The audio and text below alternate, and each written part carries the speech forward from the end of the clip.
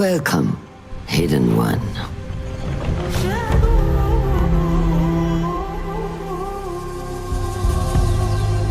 You have died and been reborn.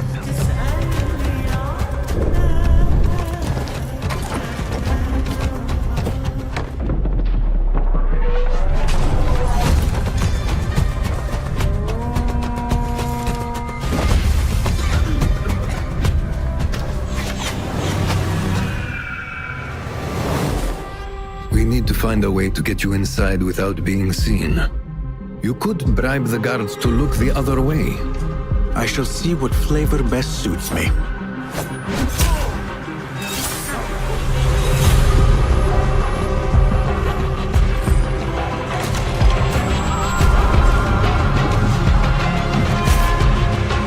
Embrace the fear. Quiet it. Find the stillness. And let's go.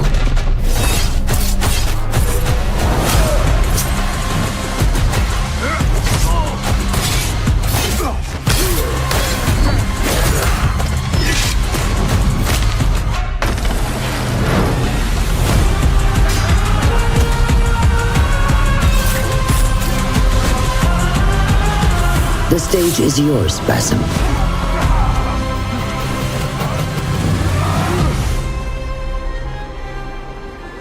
We will be watching.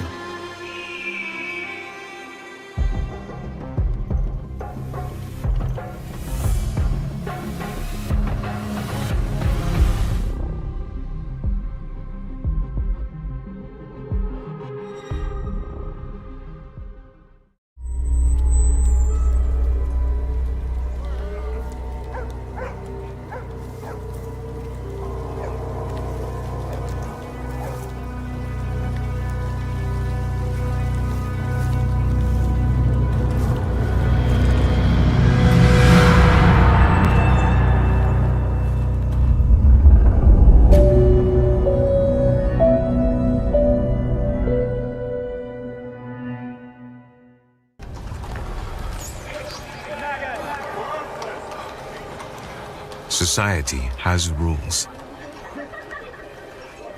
It decides where you belong and what you're worth.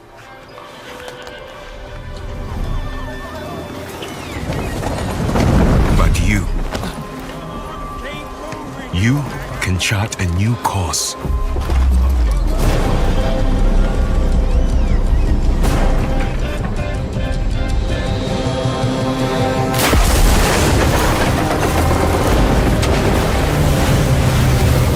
Even when death seems a certainty,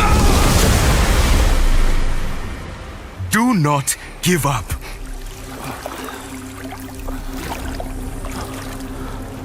On the shores of a new world, you awaken.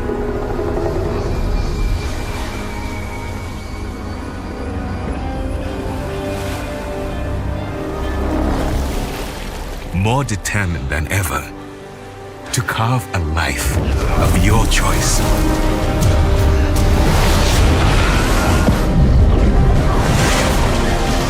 Fighting under our own flag, we will take what's ours.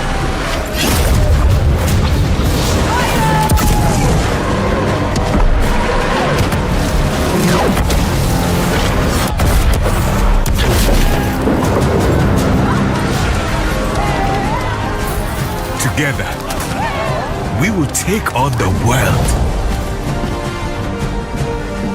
Society may have rules, but today, you decide where you belong and what you're worth.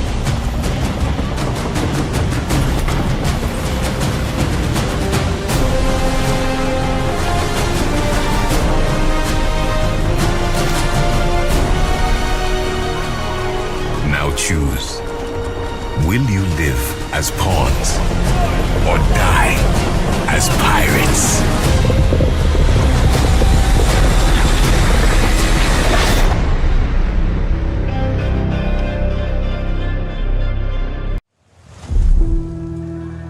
Welcome to Silver Creek. A sweet little town in middle America. You know the kind. Pumpkin patches, apple pies, and the best damn cup of coffee you'll ever have. Silver Creek was perfect. Up until it wasn't.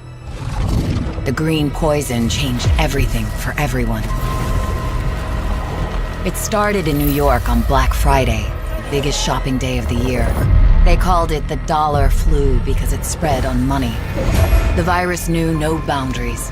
No matter where it hit, the bodies piled up. And when it spread to Silver Creek, the result was the same. Death. I'm Division Agent Mackenzie Reed. Originally from Kansas, I was stationed in Boston when the shit hit the fan after Black Friday. I left Boston and came to Silver Creek looking for Killian Tower, my commander. Well, he was my commander until recently.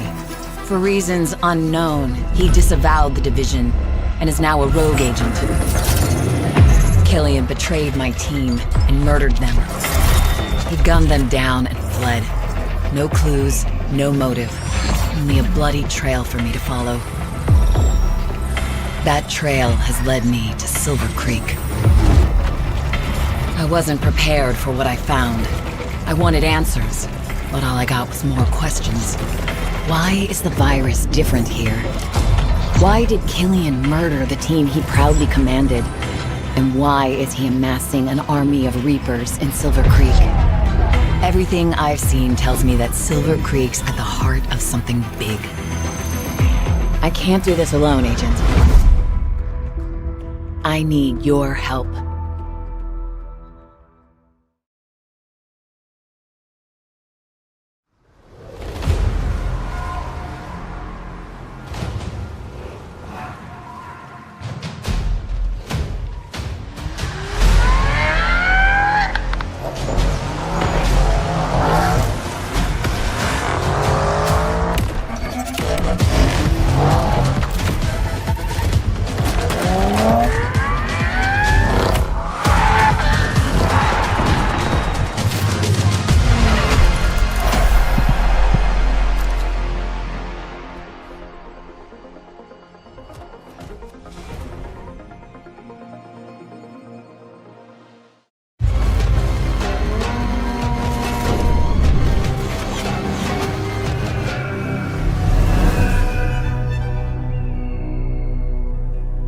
When we got the opportunity to work on the next game of the series, we sat down with the rest of the core team and asked ourselves, as fans, what kind of Assassin's Creed game we'd most want to play.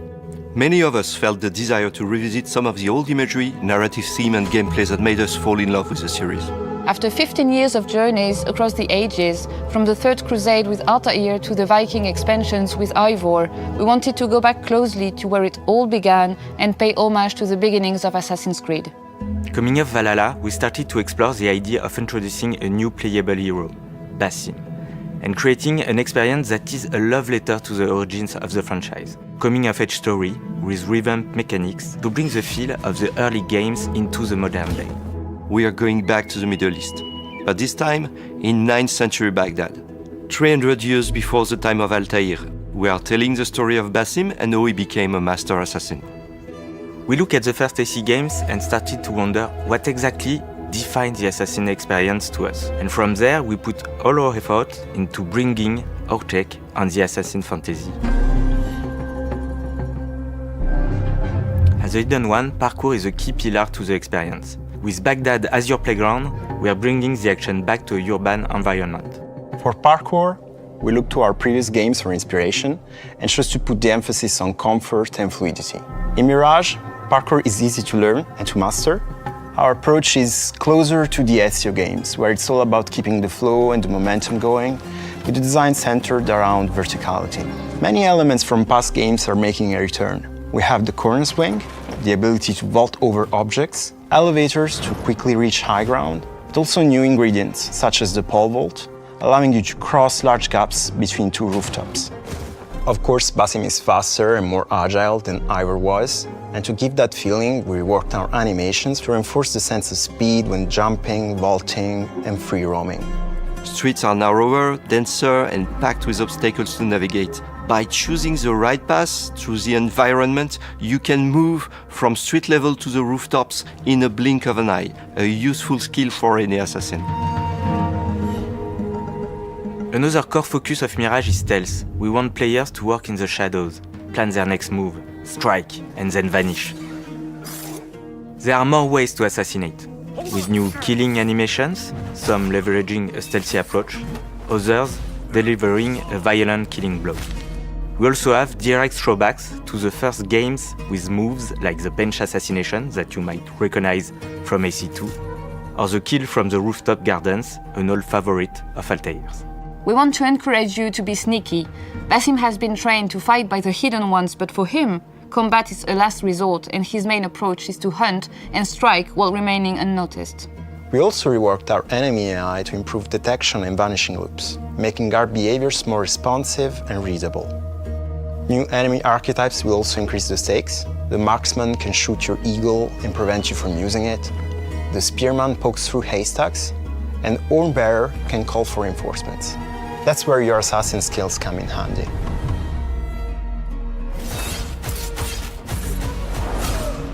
During his training in Alamut, Basim learns the ways of the Creed from his mentor, Roshan, and his fellow Hidden Ones. We get to see him learn the tenets and philosophies that will guide him through his missions, like hiding in plain sight. Social stealth is making a return. We're bringing back the systemic blending with larger crowds that allow you to move undetected through the business location. But you can also bribe small factions with specific tokens in order to control AI groups and make your way through guarded areas. As an assassin, your core mission is to track down and eliminate the Order of the Ancients and free Baghdad of their influence. In our game, the Hidden Ones have established a network of bureaus across the city to keep an eye on the Order. The bureaus in Mirage act as gameplay hubs, from which you can take on side contracts with various objectives, from rescue missions to assassinations, and help the Hidden Ones in their fight for freedom. We want you to feel truly immersed in the life of a Hidden One, investigating your target's identities, tracking their movements, and sharing information with your allies. Then, when the time is right, you can strike from the shadows. We've crafted a new investigation board which replaces our most recent quest log in Mirage. And with our black box missions, we give you the freedom to approach key assassination missions however you see fit. We know how excited our community is. We also have a nice surprise for our long-timers. We implemented a nostalgic visual filter as an option for those who wish to explore the game with a desaturated blue-gray color palette from the very first AC game. This is a project led by a team of passionate people who have their very own vision of the assassin experience in mind. There is much to come, and we can't wait to unveil more about Basim's journey.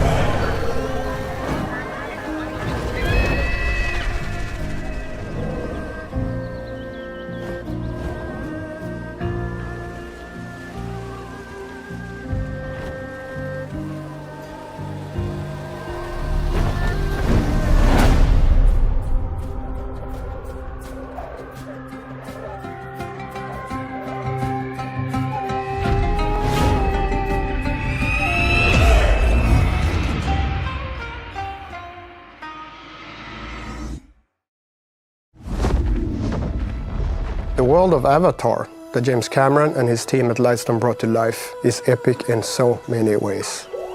It's brimming with life, it's bioluminescent at night, and it's majestic in scale as it is rich in details. As the world of Avatar is so different from anything we've done before, we had to do some major upgrades and big improvements to our engine. In the past, Snowdrop allowed us to build amazing cities, but to capture the natural beauty of Pandora, we needed to push Snowdrop even further. We have created the Pandora that you can experience from the deep, dense jungles on the ground to the grand vistas high up in the skies. So with Snowdrop, using the microdetail system, we can propagate thousands of assets in one frame. This allows us to have a lot more highly detailed environment for Pandora.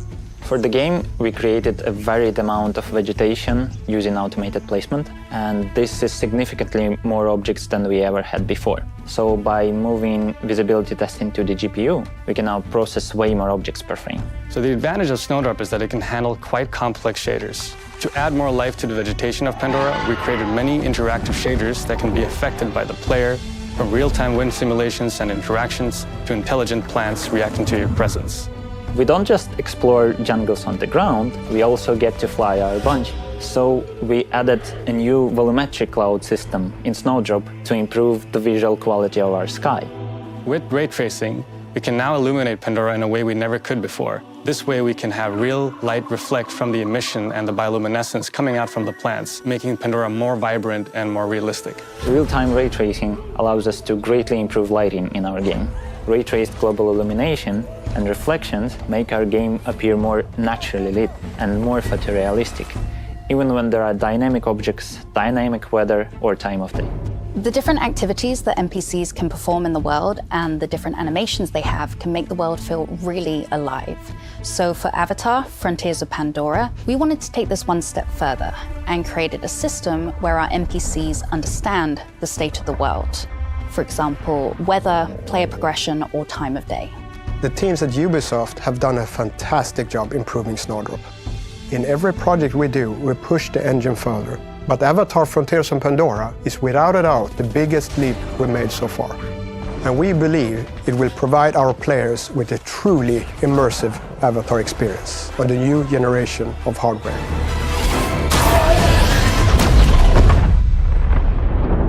Assassin's Creed is a 12-game series featuring massive open worlds and tons of hidden secrets. With the recent announcement of Assassin's Creed Mirage, a game set to harken back to the structure and design of the first Assassin's Creed, I think it would be best to take the series back to its roots.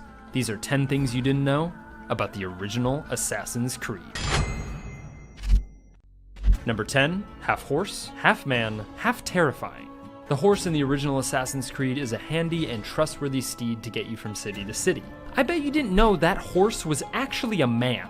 Former Ubisoft developer Charles Randall revealed that because technical limitations at the time only allowed for bipedal characters, they had to stretch out the model of an in-game NPC and animated and rigged it to move like a horse. A similar workaround was found for the character of Malik, whose missing arm was actually a tiny scrunched-up little arm inside his sleeve.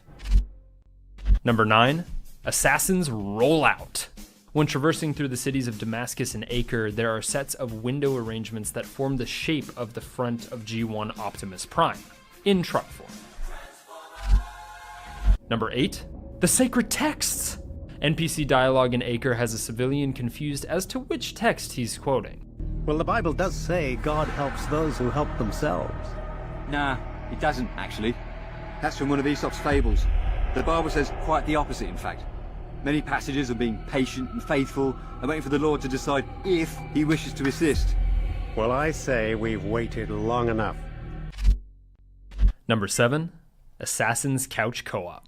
According to Julian Mercerone, former Ubisoft technical director, the original Assassin's Creed experimented with having local multiplayer. According to an article and interview on DualShockers, it states that, in fact, there was a bug. While he doesn't know when it was patched, at some point if a second controller was plugged into the console, a second assassin would appear on screen. The team didn't even test for those features as they thought they were disabled, and that's how the bug appeared. Although there aren't any other details on what multiplayer would have looked like, multiplayer features wouldn't be featured in another Assassin's Creed until Assassin's Creed Brotherhood in 2012.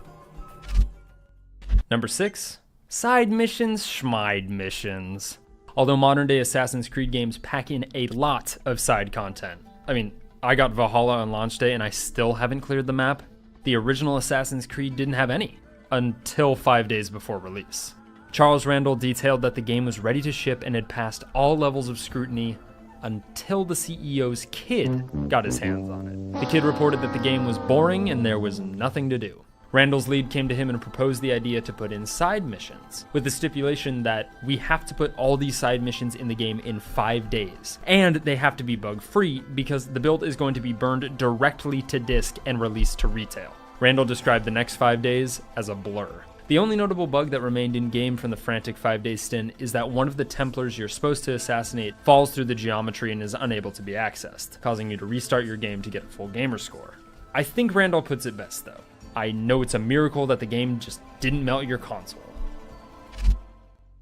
Number 5, the Animus. The fictional device that allows Desmond to travel into his ancestors' genetic memories is called the Animus. This is a direct reference to part of the collective unconscious theory by psychoanalyst Carl Jung. Jung described the Animus as the unconscious masculine side of a woman and the Anima as the unconscious feminine side of a man, each transcending the personal psyche. Although not specific to just Assassin's Creed 2007, a number of the female characters throughout the greater series have names relating to the stages of anima development as detailed by Jung. Eve, Maria Auditore de Firenze, and Sophia Sartor, just to name a few. Number 4, multilingual. One of the many real-life historical figures you run into during your time in the Holy Land is Richard I, commonly known as Richard the Lionheart. During your interaction, all of his dialogue is spoken with a French accent. Oh yes, a great favor indeed. Now our enemies will be that much stronger in their convictions. Although the King of England at the time, Richard spent most of his life in the Angevin domains in France. That would put him on the modern-day western side of the country, reinforced by his appointment as Duke of Normandy. Number 3, historical fiction. When creating the world of the first Assassin's Creed, the team at Ubisoft looked to real-life historical figures as well as works of fiction surrounding the time of the Crusades to layer into their storytelling. The story of Altair's order was inspired by the life of Hassan-i-Sabah. He's reputed as the founder of the real-life order of assassins, known as the Izari Ismaili State or Hashashin, and ruler of the mountain fortress known as Alamut. In turn, Alamut was used as the title of a 1938 novel by Vladimir Bartol. The novel is set entirely at the fortress of Alamut and follows a young soldier joining the ranks, interacting with Hassan-i-Sabah frequently throughout the siege of Alamut by the Seljuk Empire. The Assassin's Creed team at Ubisoft used many of the plot points in the novel as story threads throughout the tale of Assassin's Creed. The novel also creates the famous main principle of the Assassin's Brotherhood. In the novel, it is stated by Hassan-i-Sabah as nothing is absolute reality, all is permitted. In the game, the motto is tweaked to nothing is true, everything is permitted. Altair's garb is also directly pulled from the novel. The timeline of the game is not the same as the novel, however, with Altair and the members of his sect of Hashashin existing during the Third Crusade in 1191. Hassan-i-Sabah died in 1124.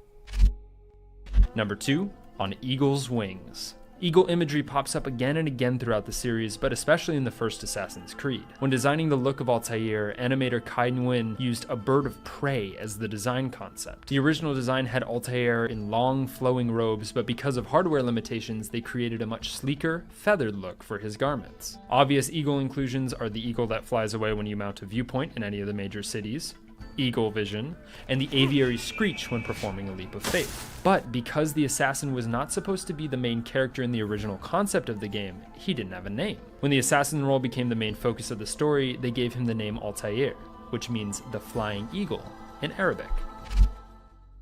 Number 1, Prince of Persia, Assassin. Initial development for Assassin's Creed started in 2004 as a Prince of Persia game. After the success of Sands of Time, Ubisoft tasked Prince of Persia director Patrice Désilets to begin work on the next game in the series for the very mysterious 7th generation of consoles. In order to accomplish something that would live up to the intense hype surrounding the power of the PS3 and Xbox 360, Désilets ditched the linear progression model of the Prince of Persia levels and replaced it with a vast open world set in the Holy Land during the height of the Crusades. Along with the massive scope, the game added huge crowds and easy parkour access to every level of the 3 major cities for the most immersion possible. To put it in perspective, Sands of Time could only allow for 8 characters on screen at any given time. Assassin's Creed allowed for 120. But after nearly 2 years of development, Ubisoft was not ready to give over the project to a new IP. The game had you play as an assassin bodyguard of the prince and watch over him through guided scenarios in which you'd have to use your skills to save him or get him out of other perilous situations. So, Basically, the entire game was one big escort mission. Thankfully, the Prince character was dropped, and the Assassin's Creed evolved into the game we know it as today. Assassin's Creed defined what the open-world genre would look like for Ubisoft during the past 3 console generations. The series itself has gone through some award-winning highs, lows that have made it a divisive series throughout the gaming industry, and a reinvention that flipped the formula in a fascinating way.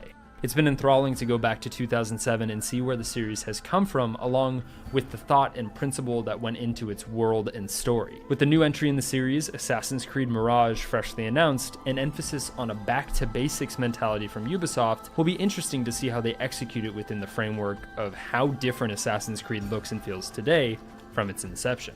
For more on Assassin's Creed Mirage, make sure you subscribe to GameSpot, check out our Rockstar editor Jordan Reme's chat with the art director of Assassin's Creed Mirage, come find me on Twitter at StewieReviewy, and thanks for watching.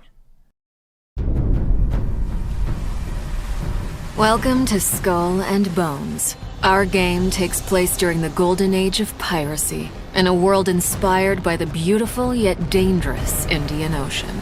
You'll start your journey as an outcast, whose goal is to become the most infamous pirate to sail these treacherous waters. After surviving a shipwreck, you begin your adventure in St. Anne, one of the pirate dens in our world. Dens are centers of pirate activity, where you can craft new ships and equipment, provision for your expeditions at sea, pick up contracts, and socialize with other players. Any pirate worth their salt will tell you that preparation is key to success. Get ready for any challenges that come your way by checking that your cargo is stocked with items like food and ammunition. Once you're set, it's time to head out and explore. As a rookie pirate, you'll only have access to a small dhow. But as you progress, you'll be able to craft different ships, each with their own unique playstyle. At sea, you'll need to pay close attention to the condition of your ship and the morale of your crew. Your crew are a pack of vicious raiders and rovers who will mutiny against you, if not kept well-fed and happy. If your ship sinks, you'll lose some progress and respawn at the nearest discovered den or outpost. The good news is that most of your cargo will be recovered, and you'll have the opportunity to retrieve the rest from the wreckage. But you'd better be quick, as other players can also steal it.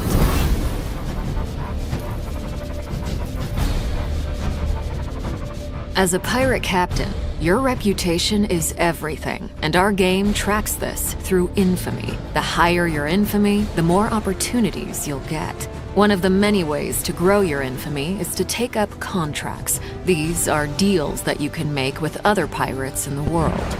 Contracts can have great rewards if you're successful, or costs if you fail.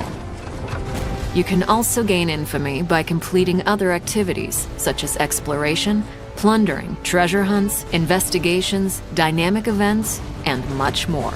You can undertake these either solo or with other players. The world of Skull and Bones is filled with riches and resources that you'll be able to gather as you explore. Lagoons and rivers are teeming with dangerous wildlife that you can hunt for animal skins and meat.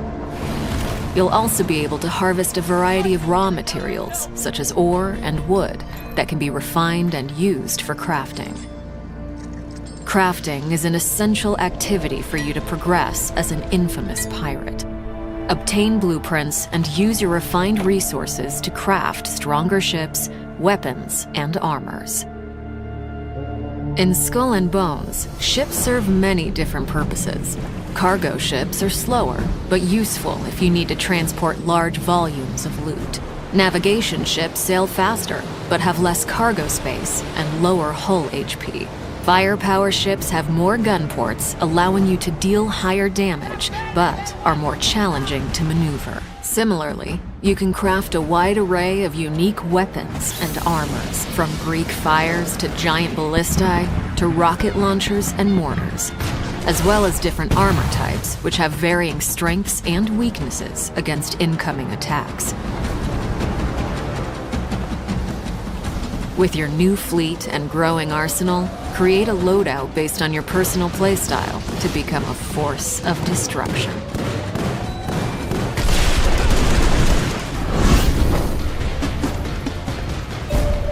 Out in the open ocean, opportunities and threats are abundant. Use your spyglass to identify lucrative trade routes or wealthy merchant ships and assess your prey's cargo and firepower. Strategize a plan of attack based on your opponent's defenses and take advantage of their weak points to deal more damage. Sinking your foes from afar rewards you with only a portion of their cargo, as some of it will be lost to the depths. Getting in close to execute a boarding maneuver will help maximize your gains. But beware, you can turn from predator to prey in a heartbeat if you attract the unwanted attention of privateers, the merciless pirate hunters that patrol the seas. If you enjoy the thrill of the hunt, you can also seek out other players and rain terror on them. Such PvP battles are high-stakes activities that can be rewarding if you emerge victorious. From your spoils of battle, personalize your individual look with outfits that command respect. You can also select from a multitude of ship customization options to instill fear in your enemies.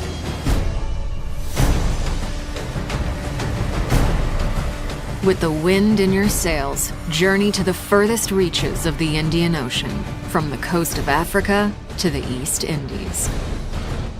Encounter extreme weather events like violent storms and monstrous rogue waves. Keep your eyes peeled for outposts, which are safe spots where you'll be able to dock your ship for a short rest from the perilous seas. Here, you can trade with traveling merchants and clandestine smugglers selling rare and illegal goods. Uncover buried bounties at outposts as you decipher treasure maps obtained through your voyages.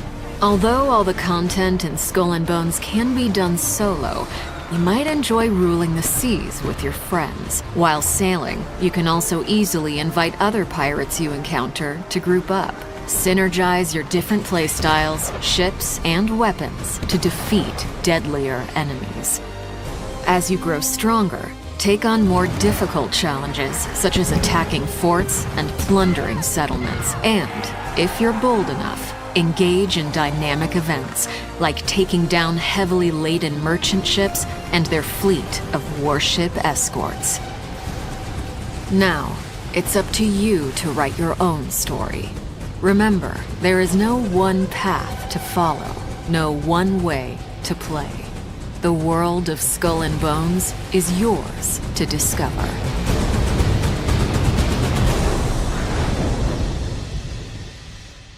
These are dangerous times. At least, that's what I hear. The Empire? They're everywhere.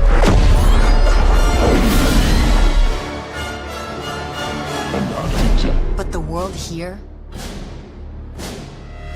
belongs to the syndicates.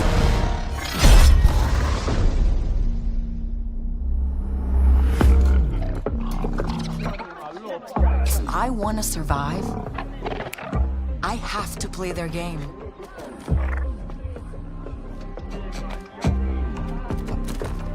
Looks like I'm all in. She's in here somewhere. On second thought, I'm out.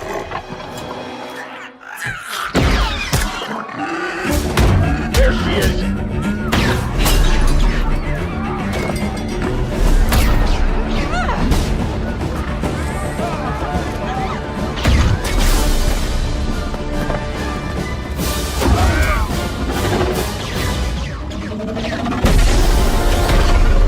I've been held back my whole life.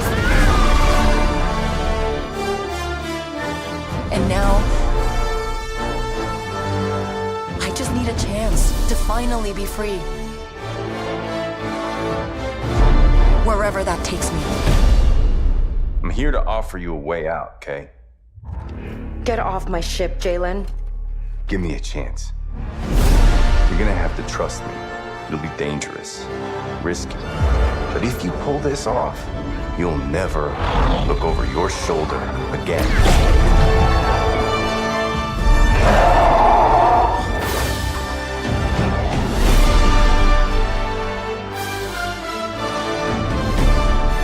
The underworld shows no mercy.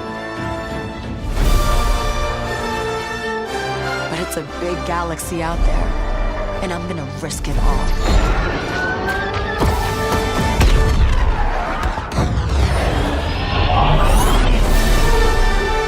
Star Wars Outlaws, coming 2024.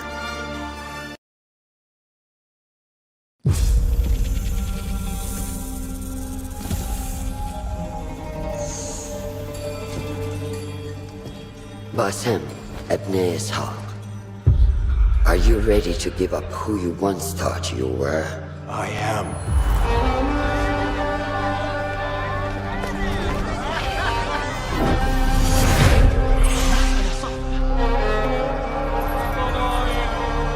Ready to sacrifice everything you held close? I am.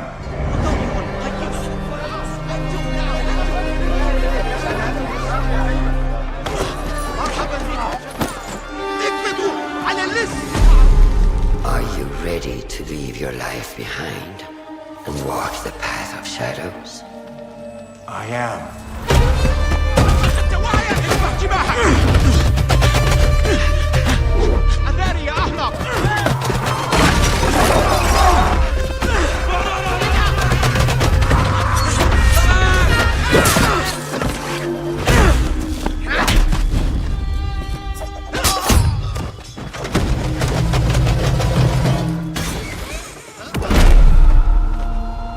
Then, out of the dark, you will come into the light.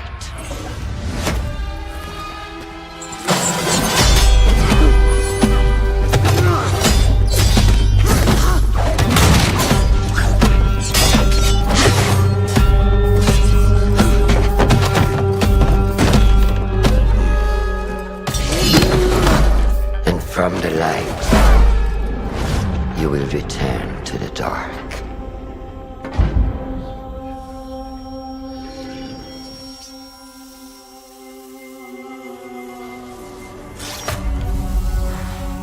Never forget the tenets you have sworn to uphold.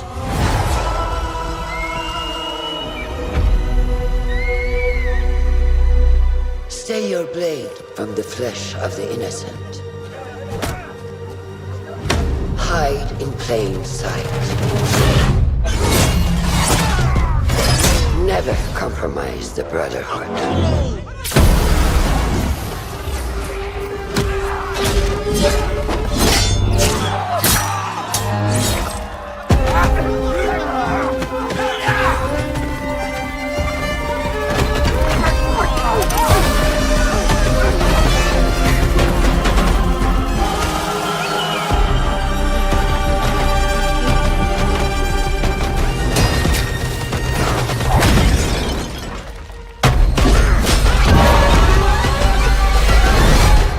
From this day forward, you are a hidden one.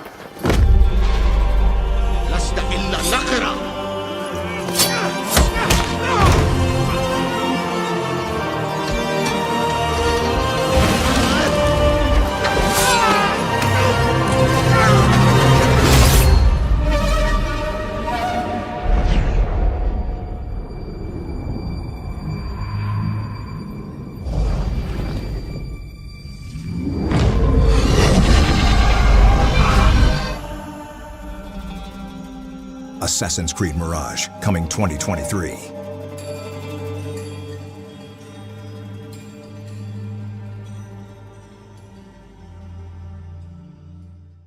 People, and rightly so. But what if I told you in the 5 years since release, it has become one of the best Ghost Recon games of all time and an excellent open world game? Hello, and welcome to GameSpot No HUD, the show where we take a look at some of your favorite games and tweak the settings just enough to create a brand new experience. Today, we're taking a look at Ghost Recon Breakpoint, and we're gonna turn this into the tactical, tense shooter that we all wanted. Now, this is gonna be a tough mission, so we've recruited Deef, Ghost Recon expert, to guide us along the way.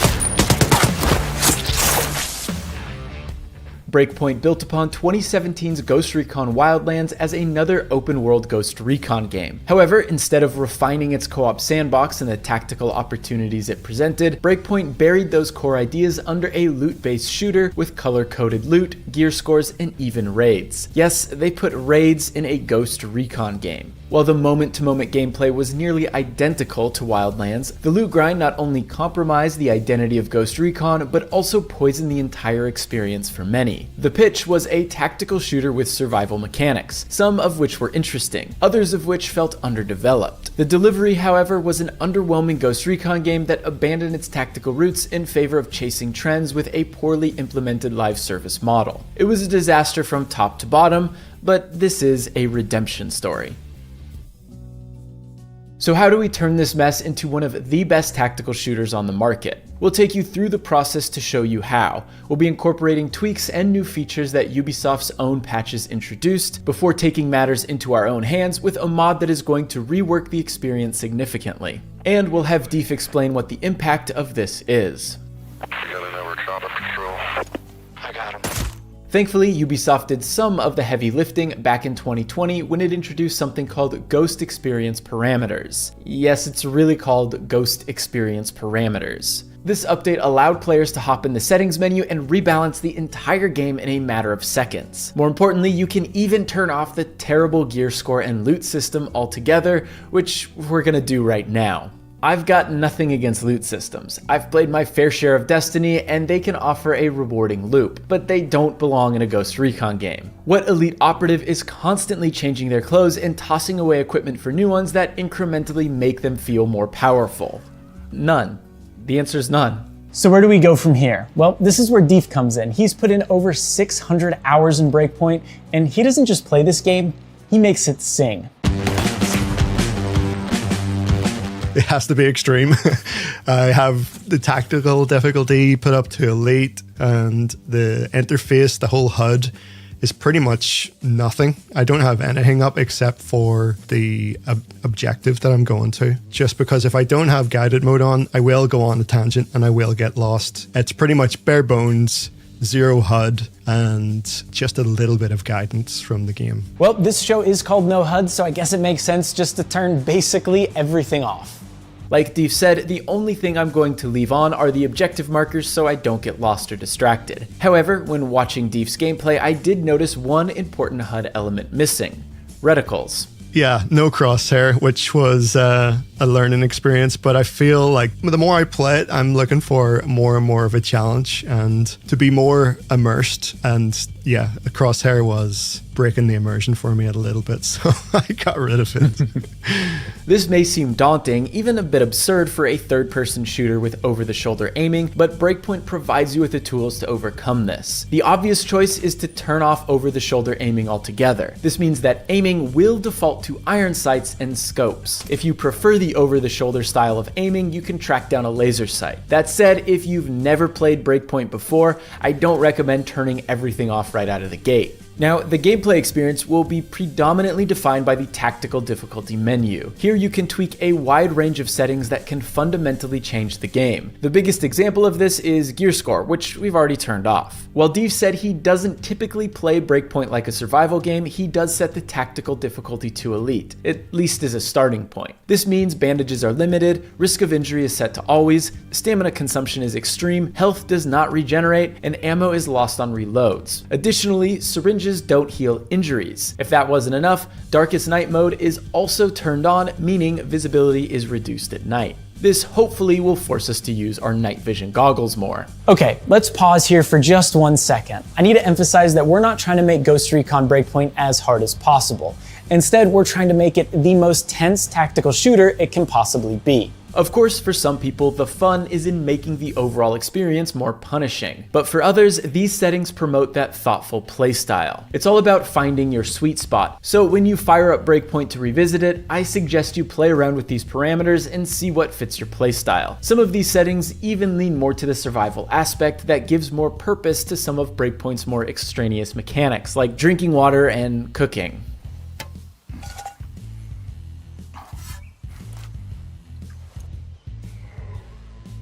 Now, a key component of every good tactical shooter is difficulty and enemy AI. Enemies should be aggressive, responsive, and deadly. This forces you to play smart and think multiple steps ahead. If the AI lacks in any of these areas, the gameplay can devolve into a super soldier shooting gallery, which isn't the Ghost Recon way. The best tactical shooters reward careful planning as much as quick judgment calls, and unfortunately, even on Breakpoint's harder difficulties, you can rip through enemies and outposts without giving it much of a second thought. There's not a lot of risk unless you are severely underprepared. Thankfully, the Ghost Recon community has already addressed this issue with the Spartan mode mod. One of the coolest things it does is it beefs up the perception of the enemy AI, which I think that a lot of people who have played on Extreme for long enough will complain that the AI don't really respond as much as they should to things going on around them. This mod isn't technically a new difficulty mode. The modder who goes by Vandar describes it as a rebalancing that tweaks enemy behavior. This mod also makes it particularly difficult to take down a base during the daytime, which makes sense since they'll have better visibility during the day. Vandar recommends setting the enemy difficulty to the second hardest difficulty, Advance, rather than the hardest, Elite. Given the AI's improved awareness, Elite can be particularly brutal,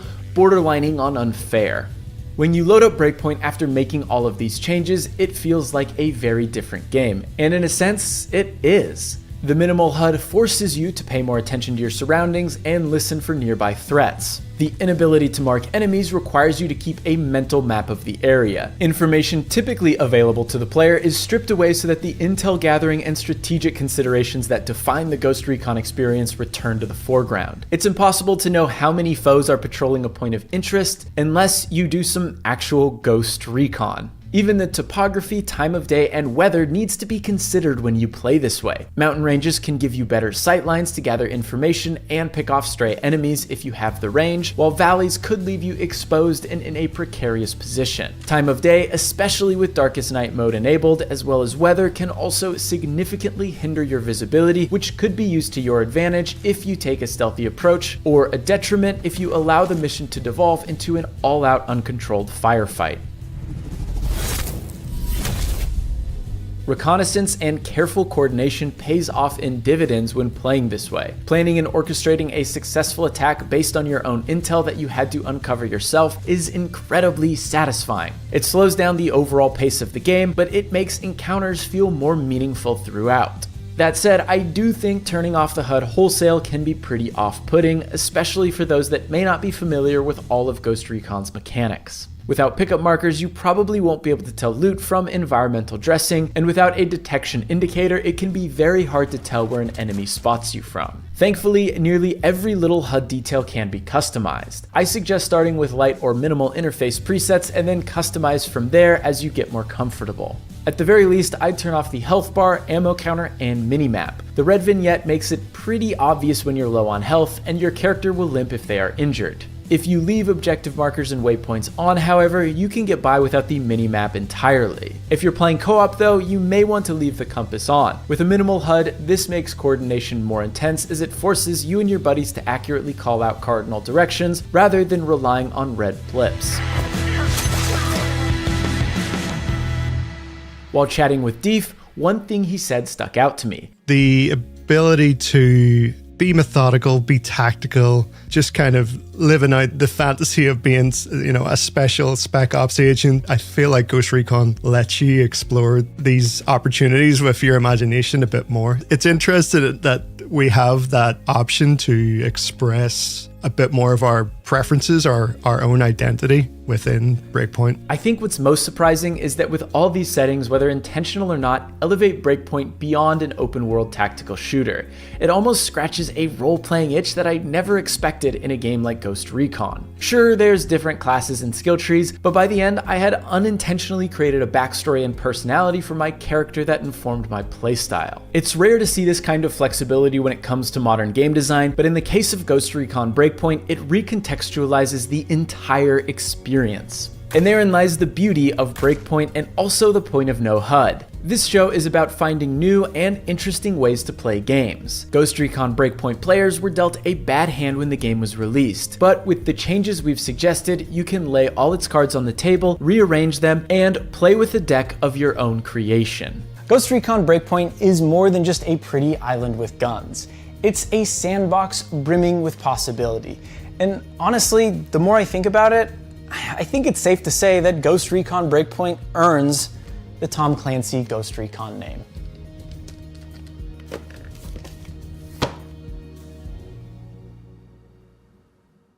Thanks again for checking out this episode of No HUD. If there's games you'd like to see us cover in the future, make sure to let us know in the comments below. And hey, while you're down there, let me know how you play Ghost Recon Breakpoint. I'd love to know.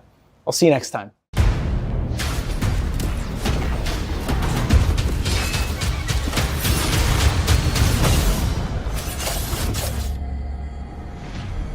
Our kingdom is cursed. The prince has been kidnapped and taken to a forbidden land. All hope rests with us, the Immortals, to rescue him and save the Empire. But we weren't prepared for what was coming next.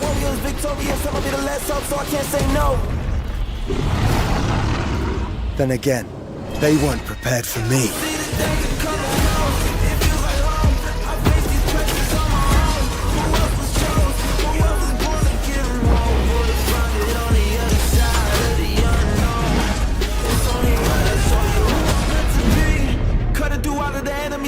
Whether they ready or not, better get better with time. I can't see an enemy ending the plot.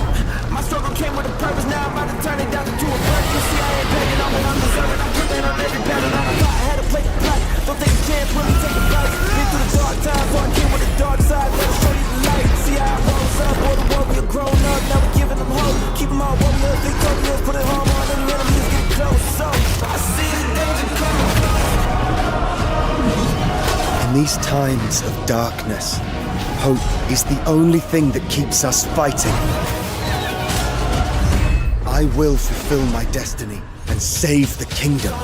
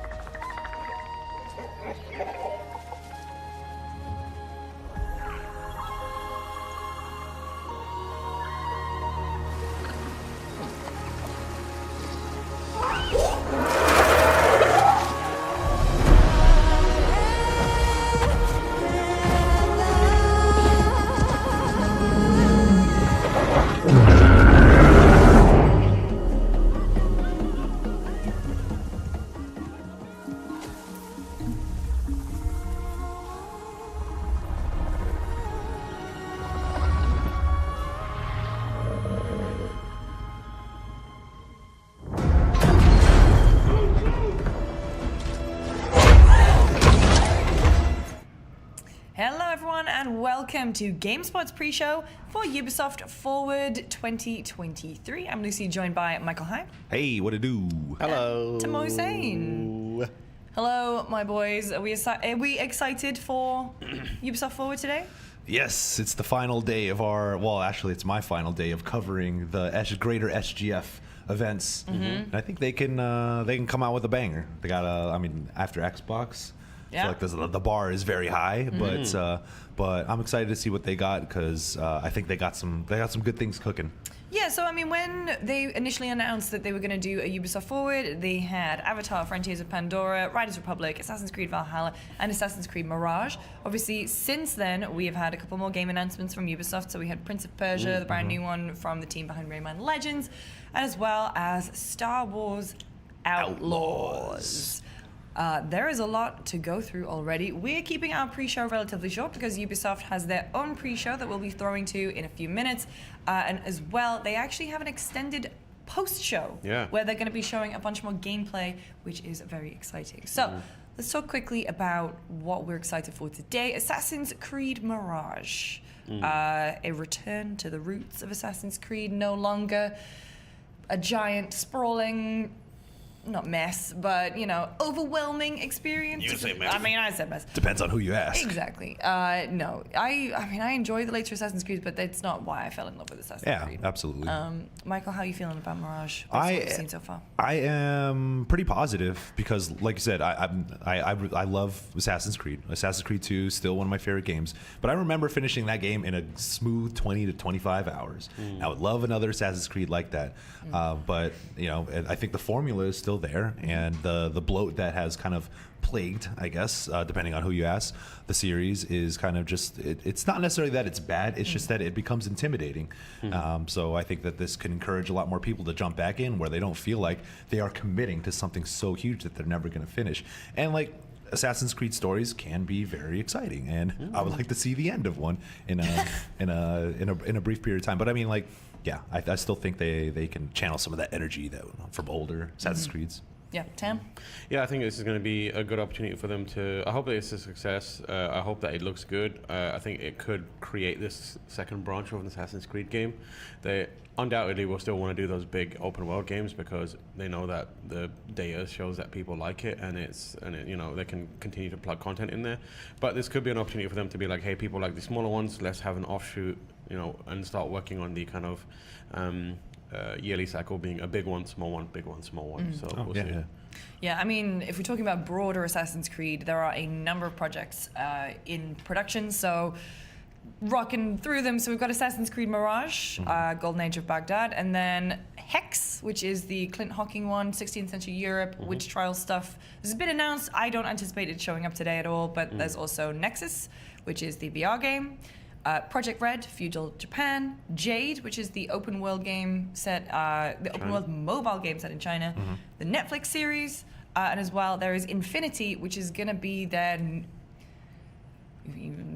hub, their Animus. I don't know, Assassin's Hub. Assassin's Hub. Creed Hub. No, so it's basically an online. I guess if you were being reductive, you could call it a launcher. But it's basically a platform for Assassin's Creed. But you can buy the other games separately, they were saying. But what you could do is you could be... Yeah. How's it all in one place? Even though they have Uplay. But who's using Uplay? It's more like you don't play. Hey, no. Got him. We're just kidding. Yeah, that all seems dope. But it's one of those things where I don't know if... you know, you don't want one thing to overshadow the other. It's like we want to focus on pushing Mirage, making sure people understand what that is. I would love to see what else they got, because Assassin's Creed, one of their strengths is just pulling from history. Whatever era of history you're interested in, Assassin's Creed is probably going to touch it. So, yeah. Big surprise from Jeff Keighley's show on Thursday was the brand new Prince of Persia game made by, I believe, the Montpellier team, the Rayman team. Looks awesome. I mean, obviously this is hot on the heels of the fact that Prince of Persia Sands of Time, which was being made by the Mumbai team, is been rebooted essentially. Development has now been taken to Ubisoft Montreal, and they've basically said it's now back in the conception phase, which is wild to think that it was supposed to launch, you know.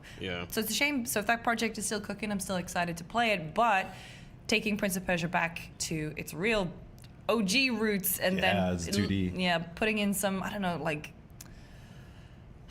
Metroidvania like I mean, Dead Cells feel about it. It looks super cool. I'm excited to see more of that one. That studio Montpellier has made some of the best platformers in recent memory, like with the Raymandem.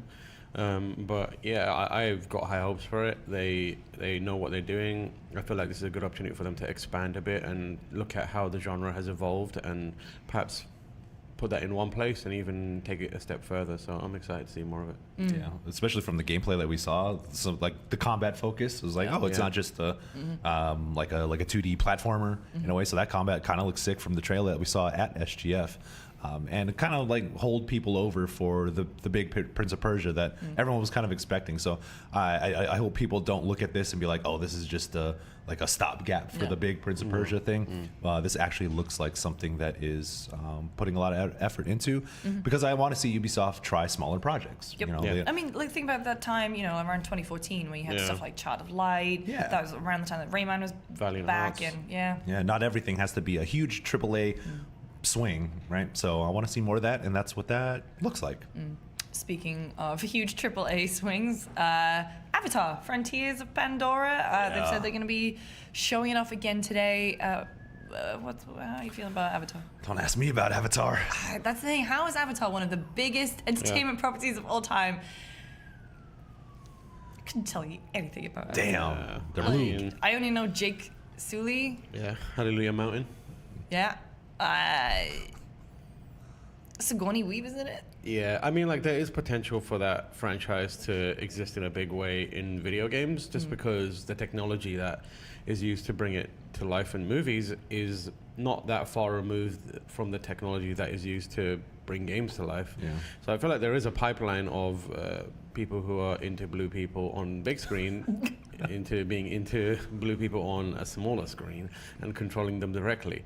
It would just be interesting to see what kind of the format of the game is, just because, like, is it going to be a traditional Ubisoft style game, or is it going to be something new that the team has figured out and are trying to kind of set for the franchise? And maybe Ubisoft is trying to position themselves as a studio that can do these big licensed properties again, because considering they have the other big property. Yep, that brings us on to Star Wars Outlaws, debuted at the Xbox conference yesterday. I'm not a Star Wars person. Whoa, dude, don't say that. No, I say it quite a lot. I just don't have the interest in it anymore. Same. I mean, I enjoyed Jedi Survivor. Yes. I thought that was fun because in a lot of ways it didn't necessarily feel like a Star Wars like Star Wars.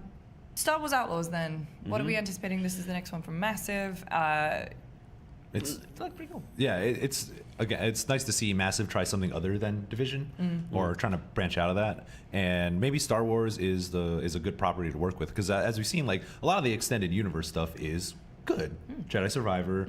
Well, you don't like Andor. You're an Andor hater. Yeah, I am an Andor hater. Damn, you hate to see it. But I do like some of the smaller stories. Not everything has to be about becoming a Jedi and swinging lightsabers around. And the Star Wars Outlaws, from what we saw previously during SGF, it's like, okay, cool. Maybe use that universe, that rich universe, as a platform to tell smaller stories that can, send different messages, build out the world a little bit more, and you slap the Star Wars name on it, people go and buy it. Yeah, it feels too big to fail. Yeah, a Star Wars story. Yeah, Star Wars. Too big to fail. A Star Wars story. Maybe that's kind of the Unless thing. You're with Obi-Wan. That's kind of like the thing with Avatar too. Is like, I didn't think people were gonna like really rock with an Avatar movie it came out this year, right? So late last year. They came out in droves, though. Yeah. You know what I'm saying? So maybe Ubisoft is printing money out there with these two properties that they got. We know there's going to be XDefiant there. The thing that I want to talk about is things that we know Ubisoft has cooking that we might maybe see today. Stuff like, I assume they're working on a new Far Cry. Let's just get Skull and Bones, baby. Skull and Bones. What do we reckon? Choppy Is Seas. that showing up today? Or do you think they're going to be like, what are you talking about? What's Skull and Bones? Don't know what that is. Damn. I don't know. I genuinely think there would be some kind of, and of course we're still continuing development on Skull and Bones, but and then move on. And then move on. I don't know if I can say with any confidence that we'd actually even see it today, because who even knows what's happening with that game? It was meant to come out this time last year. Was this supposed to come out in 2018 or some shit? Oh yeah. Oh my god. Hey, show us the skulls and show us the bones. Yeah. Let's get this thing popping. Come on now. Splinter Cell as well, Tim. Oh, don't say Good that, luck. man. Well, they announced it. I'm God. just doing what Ubisoft. If they do, I maintain my position on that. Like, Ubisoft are disrespecting Splinter Cell in a way that I haven't seen franchises been disrespected since Legacy of Kain. Damn. Or Metal Gear. Or Metal Gear. But yeah, they keep doing the thing where they're like, we're making this and then not showing us, or like just letting it kind of linger in the air. I reached a point now where if I think about Splinter Cell, it just makes me angry. So like, and they talk about I would love to see just a clip, a small something. Hey, look, here's our modern model for Sam Fisher. Sure. Like, this is what it's going to look like. Just give us a scene from the remake or whatever.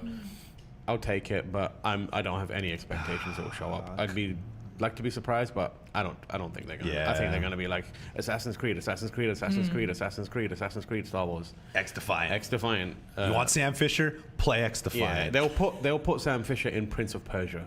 Hell yeah. That's what they do before they'll put him in his own game. Oh man, bring back my favorite Fed. In it. I don't mess with the Feds, but Sam Fisher, that's my guy. ACAB except Sam. Wow, that's on record, boy. Come on now. Michael, you expecting to see Splinter Cell? No, I'm not expecting it. He's right though. He will likely show up in XDefiant more. Oh yeah, or the third echelon is in XDefiant. Yeah. You should check out Jacob Decker's preview of XDefiant on GameSpot.com if you want to know more about that. But third echelon is in the game, so it's like Sam Fisher's minions. Yeah. In terms of other big Ubisoft properties, of course, Far Cry. It's been a couple of years since Far Cry 6. Which didn't really, I don't know. Again, it kind of has succumbed to the Assassin's Creed curse a little bit. It's overly big. Due for a comeback though, given that the kind of brand is still kind of expanding, right? They have that Netflix show. Is that a thing? Is it a Netflix Far Cry show? What's the Ubisoft show that they're doing on Netflix? Assassin's Creed. Oh God, I can't even wait. Can't keep track of these things, Is that the man. Adichenko one? Netflix announced an Assassin's Creed series a while ago. There it is. I cannot tell you. I'm so like frazzled with Ubisoft stuff. It's like something with Vast, didn't they? So I think maybe that's what I'm thinking of. Yeah. They'll never let him go. Yeah. That's the definition of insanity. They keep trying to do the same thing over and over again with him. I'm not anticipating any Far Cry today, but it would be good to get a little check in on that franchise. Maybe a teaser. You know, maybe they'd be like 2024 or late Vast 24. Origins. Far Cry 2 remake. Oh, that'd be shit. okay. I'd be down for that. We figured it out with Watch Dogs, so we're gonna put that stuff back in the original game. Yeah. Clint is like, I'm back, baby. No, Clint's on Yeah, next. I know, but like, still. He's got other stuff cooking. Yeah. And just for my own. Oh, I see what you. I see what you got. Just there. Dance. Just Dance will be there for sure. There will be dances at some point. Beyond Good and Evil 2. Good luck with that. That game doesn't exist, I don't think, at this point. Like, what the hell was that? I mean, and I have said this every year since maybe 2014.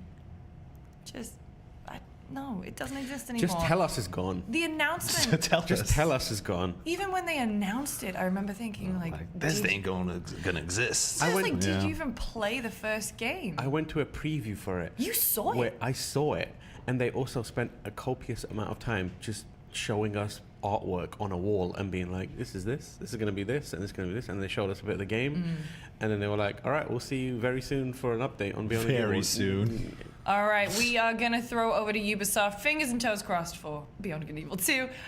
We're going to be also talking over the showcase over on Giant Bomb. If you want to check that out, thank you for joining us. Enjoy Ubisoft Forward. And convince people that the site that they were supposed to be attacking on wasn't actually there because you had, successfully hidden the bomb. Most hero shooters dream of having their entire roster essentially be viable operators, and I think Siege has really nailed that. When I stream Rainbow Six Siege, and someone who hasn't played in a long time, they come into stream and I'm playing Emerald Plains and they're like, what is that map? Like, who are you even playing? We're about to get the rework to Consulate, which I think is huge. Playing around on reworked maps and doing things like replay C4s and pulse scanning from below. Those tactical plays are some of the most satisfying that you ever get in gaming. Cross progression was awesome. I started on PS4, so I had several years from being one of those veteran year one players under my belt. And so I had all the cool skins and even levels, renown, all that kind of stuff. So having that suddenly be on my PC account, which I started, I don't know, probably 3 years into my journey, was fantastic. Console community has been begging Ubisoft for some kind of answer to the Zim situation. And I know the mousetrap was a huge announcement that a lot of console players were waiting for. The most groundbreaking thing added to Siege for me was Ranked 2.0. I'm really excited for the changes for the shields. I feel like it's been a long time coming. I love things like the shooting range, being able to change attachments, switch seamlessly between weapons and operators. It's an amazing change. The newest season has just been released, and a whole lot more is on the way, so there's a lot of Siege to be excited for. Why not go watch a game in action and see for yourself?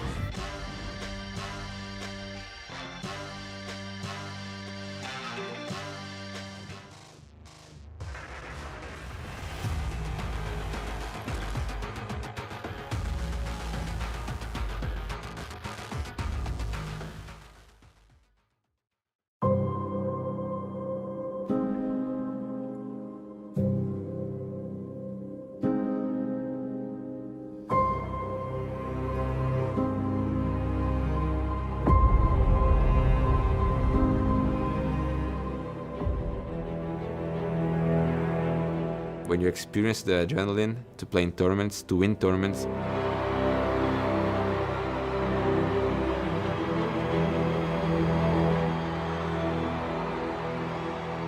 you know that you can't live without that anymore. I feel like moving countries to pursue my dream and career was very difficult at the beginning because I had to leave some people behind, in Brazil. But you have to be the best, you have to think that you are the best. There's a pressure of being a team captain because, for example, if I'm not scared to play a match, my team's not gonna be scared, Like on social media, when people see that, they respect me. Everybody's gonna look up to us like, oh, a new dynasty, like the forbidden word. I feel we have everything that we need to be the best team in the world. We just have to prove to everyone else. My dream is to win two big tournaments in a row.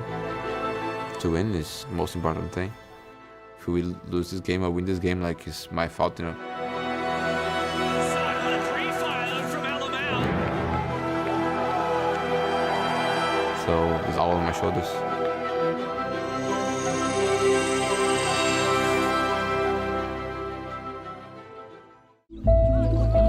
We work in a discipline that has certain gaps between the people that make buildings and the people that use buildings, and I think we could use games and virtual spaces as a way of breaking down those boundaries and inviting new audiences to participate in architectural design. There's an important relationship between architecture, urbanism and video games. An understanding of how real cities are formed, how people behaved in cities, how people gathered in crowds is often very, very helpful in being able to articulate that meaningfully in a fictional world as well.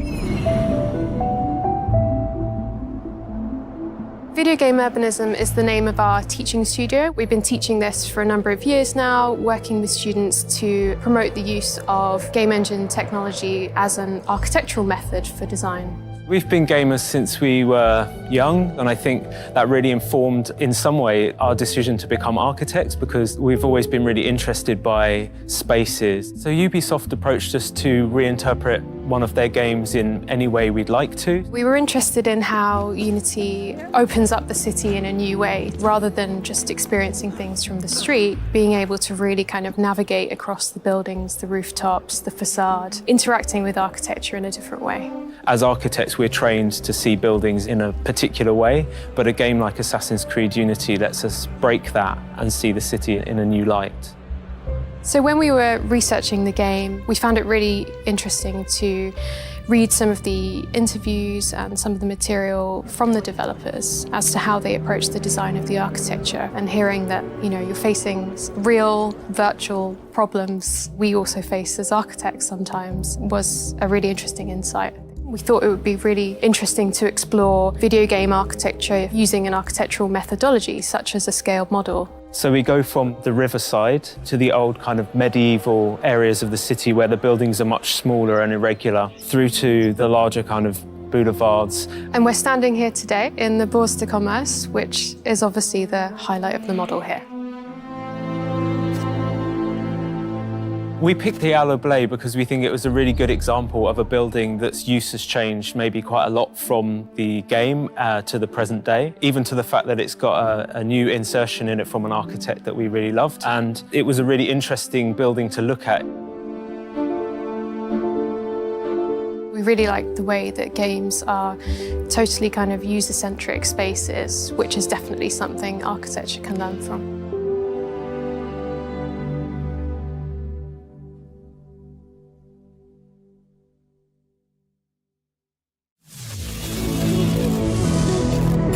What's up, everyone? We're playing the XDefiant beta. Thank you to Ubisoft for sponsoring this video.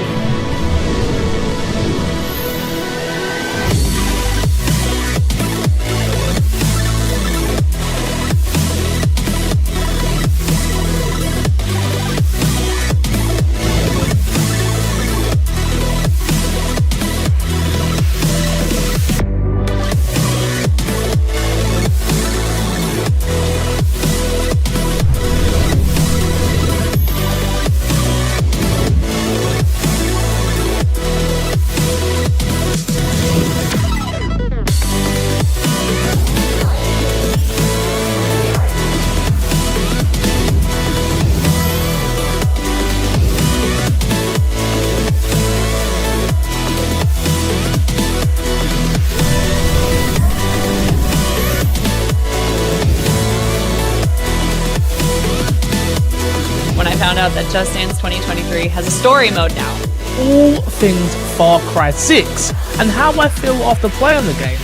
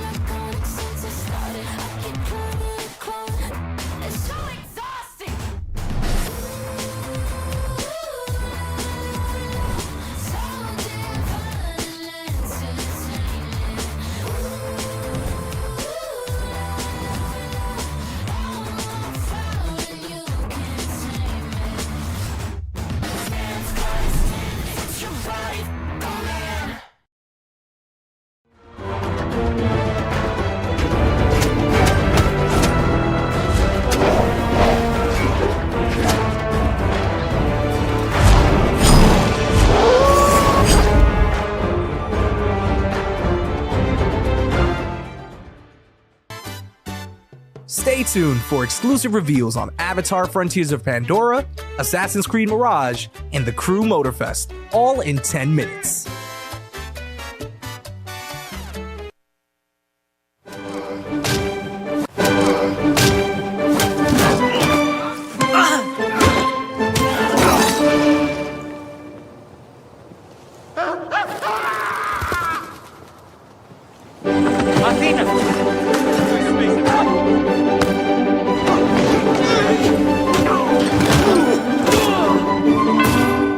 It's okay to be scared. I know.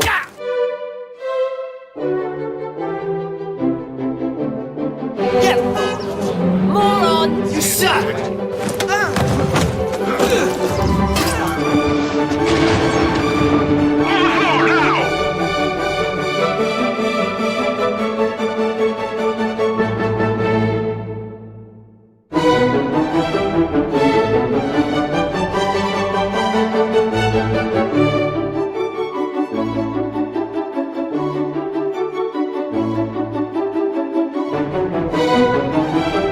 Still learning about mentality. You gotta work on yourself, you gotta be better about it.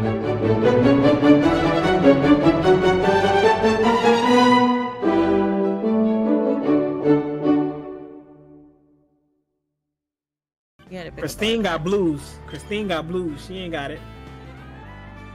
Unless it's a blue 8 and then we'd be screwed, son. Or unless it's a red 7. Oh shit, she had red? Ja, man.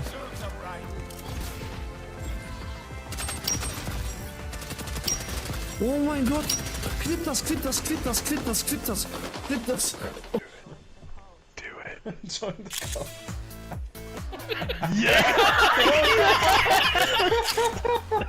He actually did it. Oh!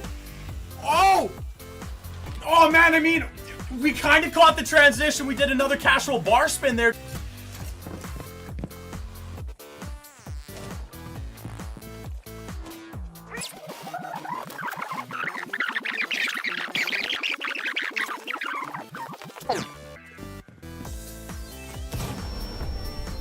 Top 4 eliminated. I knew I'd been training for the splits for a reason. Oh my god, I'm so excited. It's coming tomorrow. It's coming tomorrow. I'm amazed. I'm so excited. I'm so excited.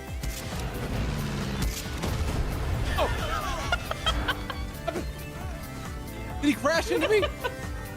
Layla, your dance was so amazing, by the way. I want you to know that Ubisoft San Francisco just donated $10,000. I know, right?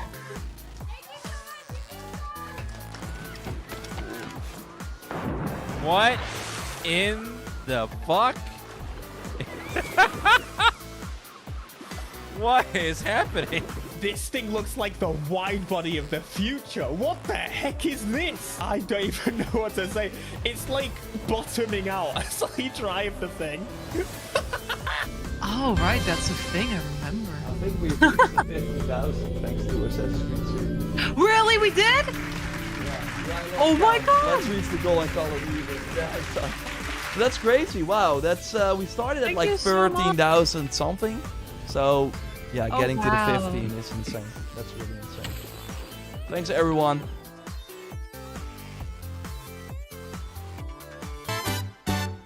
The show's about to begin. Get your snacks, get settled. Ready? Let's go!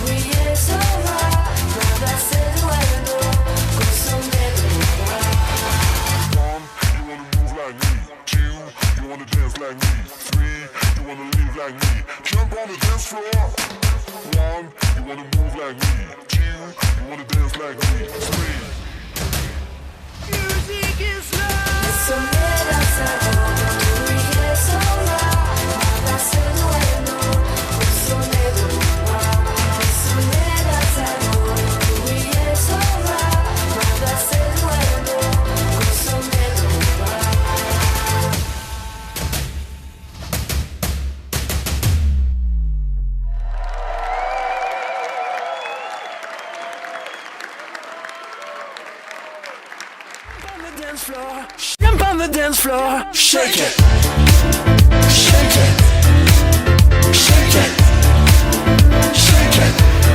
Jump on the dance floor.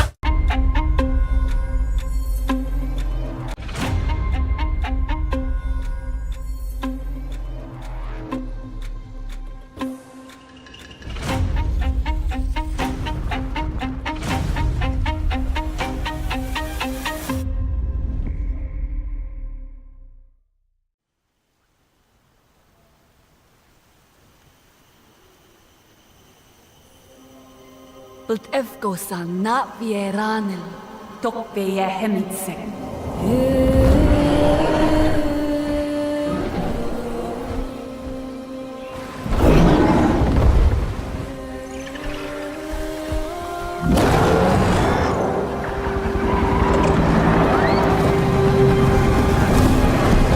The RDA's greed poisoned our world.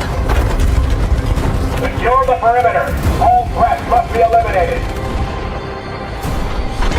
They took everything from us. From me. I was trained in their ways, their technology, their weapons. Things that a Navi should not know. And then one day, they left. Hell's Gate is under attack. Evacuate now. Kill all the Navi children. But before they did, our teacher saved us and put us to sleep. This is your only chance to survive. And there I remained for 15 years. Until one day, I awoke. And I was free.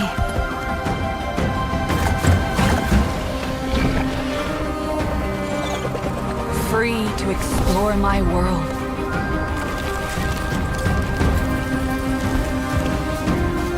Free to decide who I was going to be.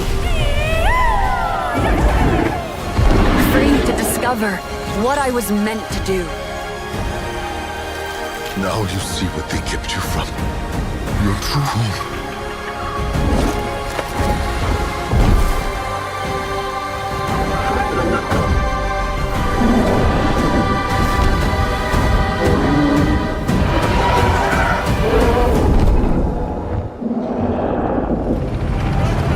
Pandora is under attack again. Don't let the Na'vi get in our way. Get rid of them. And I have a choice to make. I choose to protect my home.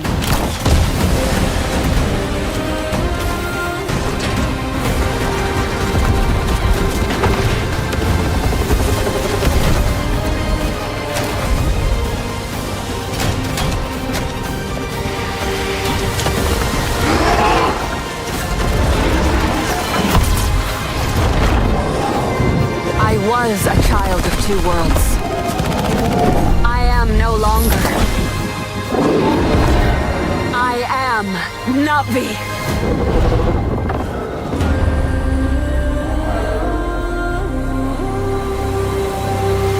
Sivako. Hi there everyone, I'm Jim Cameron, the creator of Avatar and Avatar: The Way of Water. In developing both of these films, I set out to imagine another world, a world as rich and complex as our own. And we wanted the audience to feel as though they were really on Pandora, to dream with their eyes wide open, and to explore this world with our characters. And it's always been our vision to embrace technology to allow us to find new ways outside the cinema to immerse people in this world. Our friends at Ubisoft share this same ambition, and the team at Massive have been pushing the boundaries of what's possible in games to bring a new corner of Pandora to life. So with Avatar, Frontiers of Pandora, our creative team at Lightstorm has been able to share their insights with Massive's talented team, who are experts in creating living open worlds. Together, we'll be able to bring players to the Western frontier with new environments, new flora and fauna, new characters, and an original story that coexists with the events of the Avatar films. We can't wait for you to join this adventure, and we look forward to welcoming you back to the world of Avatar once again. We can't wait for you to join this adventure, and we look forward to welcoming you back to the world of Avatar once again.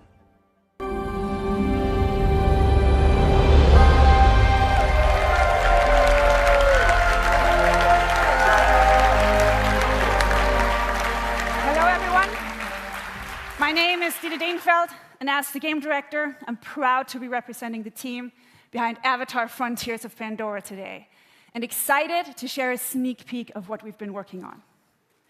In this all-new story, you'll set out on a journey of discovery to unravel the mysteries of your past, learn what it means to be Na'vi, and explore new parts of Pandora on land or together with your trusted Banshee in the air. Our ambition is to create a playground where curiosity is rewarded. This tangible and highly immersive first-person experience will allow you to closely connect to a beautiful open world, touch and interact with it, using your size, your superhuman strength, and your natural agility to gain the upper hand. As the Na'vi say, Sivako, let's rise to the challenge on December 7th. Until then, we're delighted to show you a glimpse of this adventure. So prepare to lose yourselves in the beauty and the danger of the Western frontier. Thank you.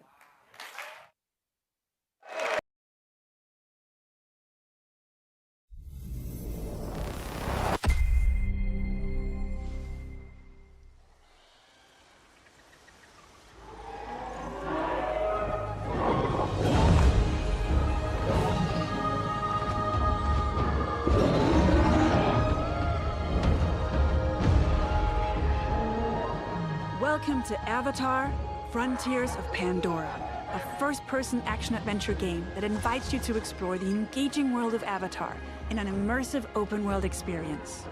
I'm Didi Dienfeld, game director, and I'm excited to reveal what's waiting for you on Pandora. The story of our game begins when the RDA expands their operations to the Western frontier. John Mercer, one of the leaders of the RDA, abducts you and other Na'vi children from your home to teach you the ways of humans, hoping to mold you and turn you against your own people. But his plan is interrupted by the Battle of the Hallelujah Mountains, and you are put into emergency cryosleep. When you awaken 15 years later, you are a stranger in your birthplace.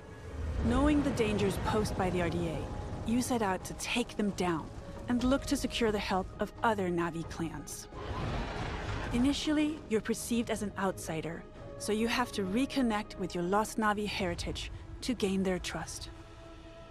On your adventure, you'll find your own path as you discover what it means to be Na'vi. You'll explore new regions of Pandora, each with their own unique biomes.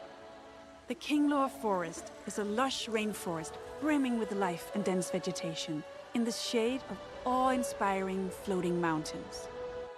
This is the home of the Aranahe, a clan of peaceful weavers who will guide you on your first hunt and on your first flight. The Aranahe will show you the way to the Rookery, where you can bond for life with your very own Ikram. The Ikram is a devoted companion that you can name, feed, and customize. Experiment with acrobatics and feel a rush of adrenaline as you dive from the sky and explore the open world of Pandora from the air. If you travel north, you'll get to the upper plains, an expansive grassland filled with contrasts and open views as far as the eye can see. The nomadic Seswa clan live here in symbiosis with gigantic beasts called Sakru. Earn the clan's trust and they will teach you the art of riding dire horses. And further west, the mysterious clouded forest, where hidden in the mist, nothing is as it seems. Here lives the Kamatiri, a clan of healers with their own dark reasons to stay hidden. RDA operations are threatening the balance of Pandora. They build facilities of all sizes to exploit resources at any cost, spreading devastating pollution. In the process, animals are hurt and poached. You'll need to stop the RDA from ravaging your home. And when you are ready, you will take the fight to them. As a child of two worlds, you can learn to master multiple combat styles. Your powerful instincts allow you to get an overview of the battlefield, mark your enemies, and identify weak points. Traditional Na'vi weapons are versatile and precise. You can use the longbow to hit long-range targets, or the staff sling to set up traps. For a more explosive approach, you can leverage your human training and go for the blast of an assault rifle, a shotgun, or go bigger with the occasional rocket launcher. On foot, you can also rely on your incredible strength to take down AMP units. Above the clouds, your Ikran will help you in aerial combat against the RDA. Destroying RDA facilities will have a tangible impact on your world. With the pollution removed, Pandora heals. You'll be able to harvest the best quality material again, and craft better gear and weapons. You will also find ingredients to cook, and make meals to get stronger. As you keep discovering what it truly means to become Na'vi, you'll improve your skills by connecting to Awa through the Tarshu plant, and learn from the memories of your ancestors. Skill upgrades can improve many aspects of your character, such as your natural agility to move through the world, your stealth approach when hunting or fighting, or the handling of your weapons and mounts. Avatar: Frontiers of Pandora is a captivating action-adventure game designed to maximize the power of new-gen consoles and PC. You will be able to play the full story campaign in single-player, or with a friend online in two-player co-op. We invite you to explore this world of wonder. Become Na'vi, and take down the RDA to protect Pandora.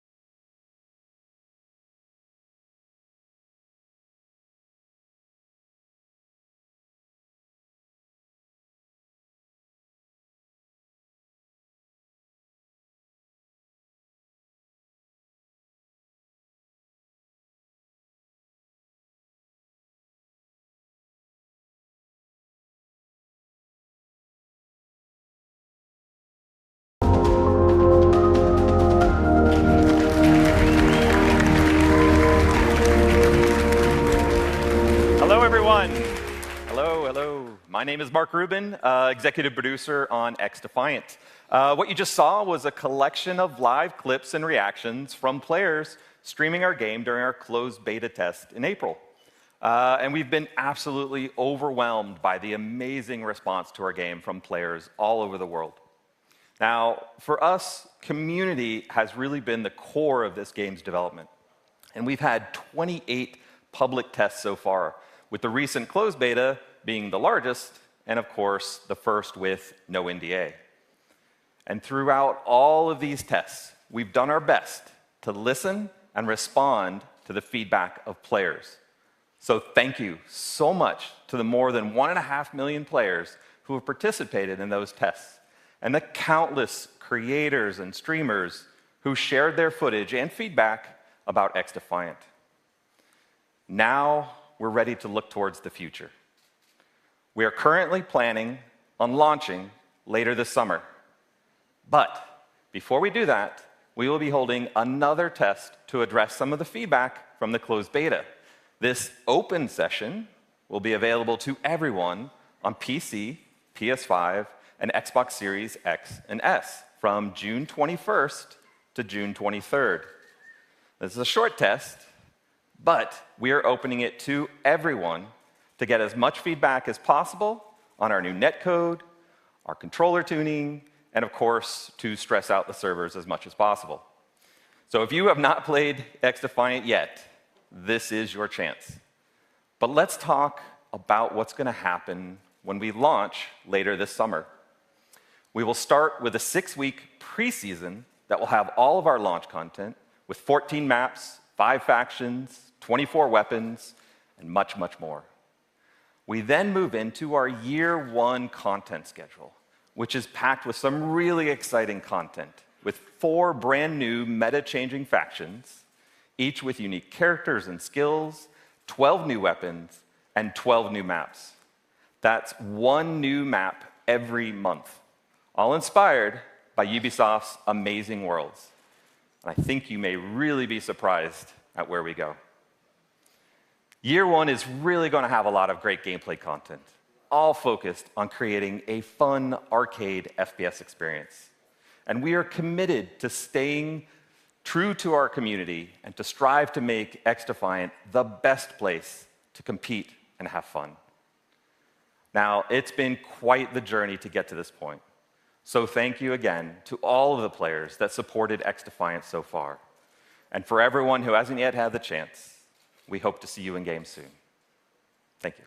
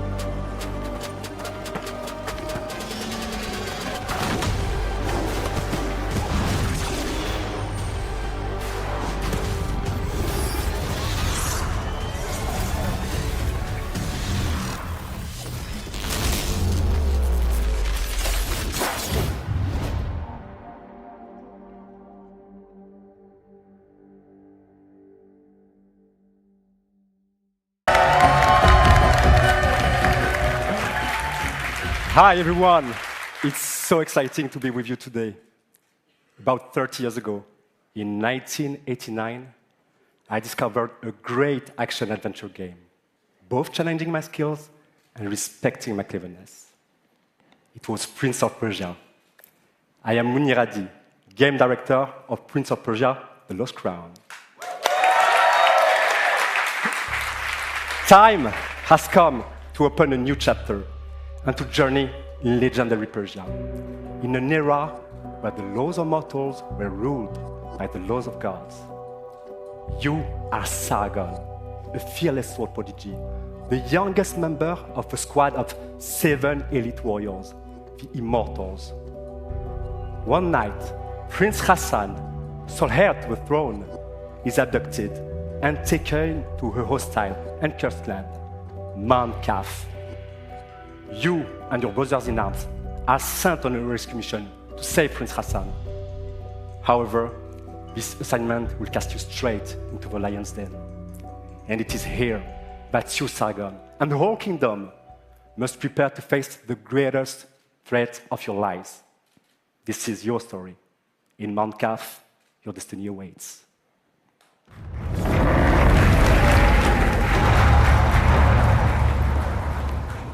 When entering Mount Kaf, your mission is clear. Find Prince Hassan and bring him back to Persepolis. However, Mount Kaf becomes a prison full of hostile inhabitants. Now separated from your allies, you discover a grand citadel full of mysteries, where time flows differently. What is this sorcery? The past coexists with the future.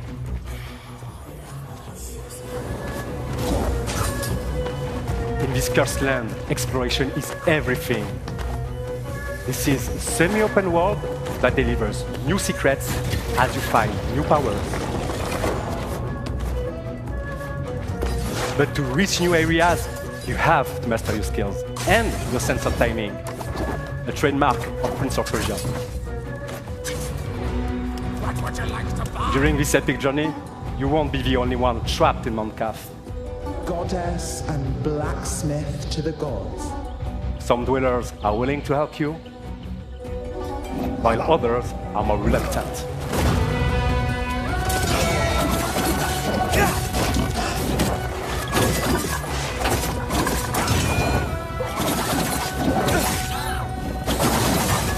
But Sargon is a swordsman like no other.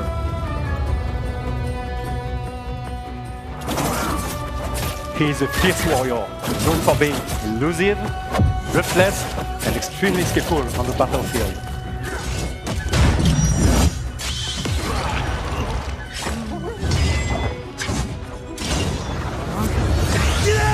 Fueled by anger, he constantly puts his life on the line to perform devastating attacks.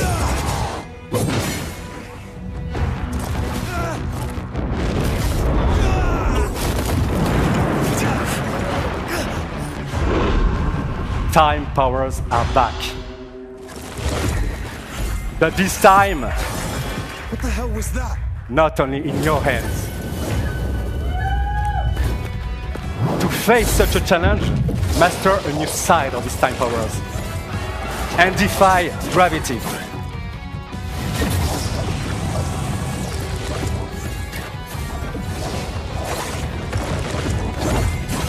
By combining all these skills together, you can express your creativity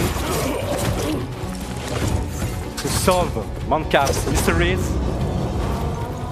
and execute brutal combos in epic combats.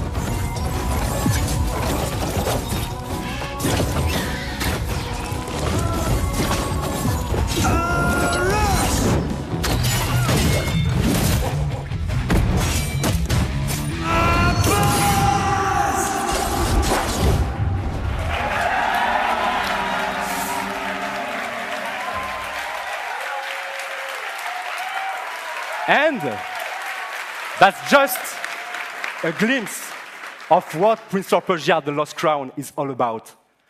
I'd like to thank Matrix, who composed the in-game music you are just listening to. And of course, my fantastic team at Ubisoft Montpellier. We cannot wait for you to get your hands on the game. It releases on January 18, 2024 on all platforms. Thank you and enjoy the rest of the show.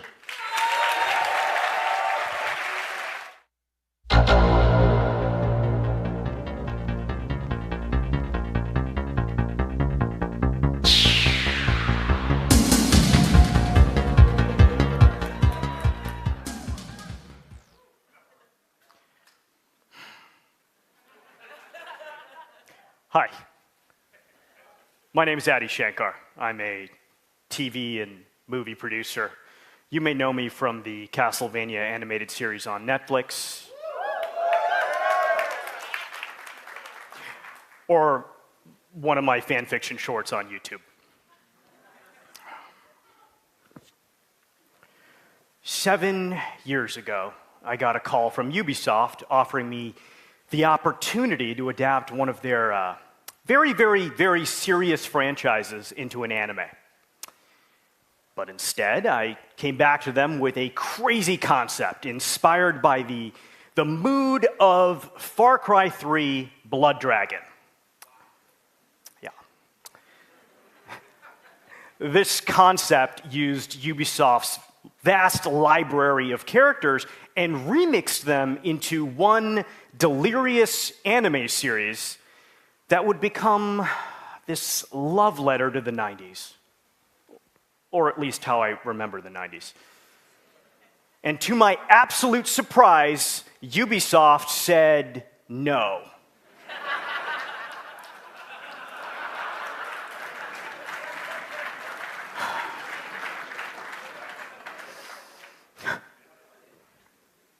Just kidding. They said yes. That's why I'm up here. Come on. This is the story of how the first anime series by Ubisoft was born. Captain Laserhawk, a Blood Dragon remix. This show is many things. It's violent. It's a dystopian fiction in the spirit of the works of Aldous Huxley. It's a spoof. It's a satire. It's dark comedy. It's a love story. And as a descendant of Indian mystics, I can tell you it's the most philosophically conscious show you've watched in a long time. The series was picked up by Netflix.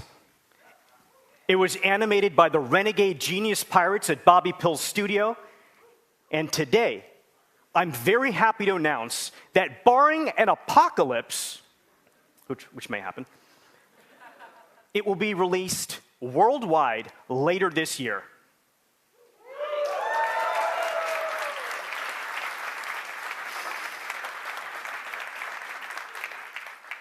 And that's not all. I'm even more excited to share with you an action-packed, Easter egg-filled teaser trailer right now.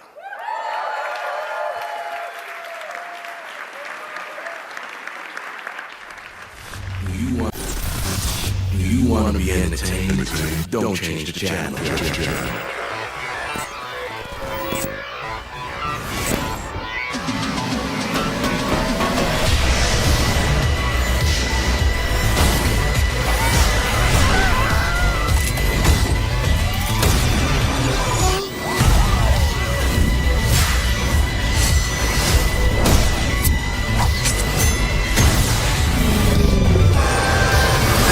Join the revolution.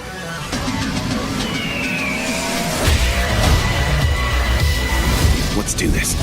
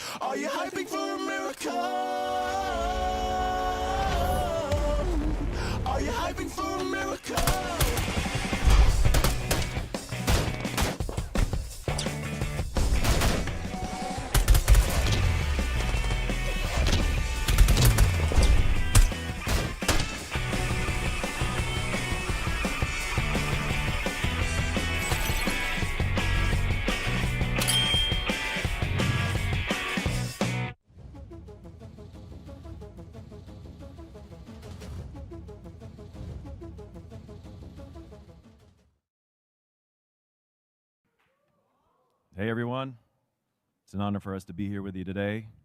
We're Home Free, and this is our song Skull and Bones.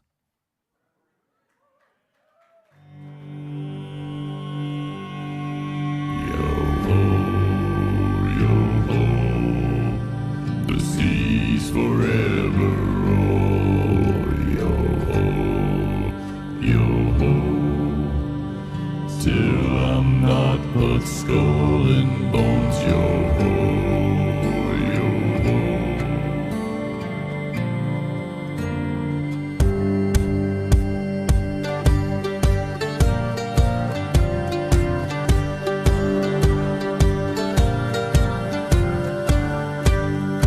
Outcast a kingpin was born upon the sea. There was meant to walk the land, a pirate's life for me. Last year winding up the sails, don't speak to mutiny. Find yourself a wanton quarter, bottom of the sea. Along the shores of St. Anne to the eastern shores, I'll take my chances on the wind to loot and plunder scores. A flag, it stands for us alone, no one else around. We owe our honor to the sea and not to any crown. Yo-ho, yo-ho, the seas forever roll. Yo-ho, yo-ho, the winds forever blow. Long after I'm a Davy Jones, till I'm not but skull and bones. Yo-ho. Oh, me hearties, bring her out.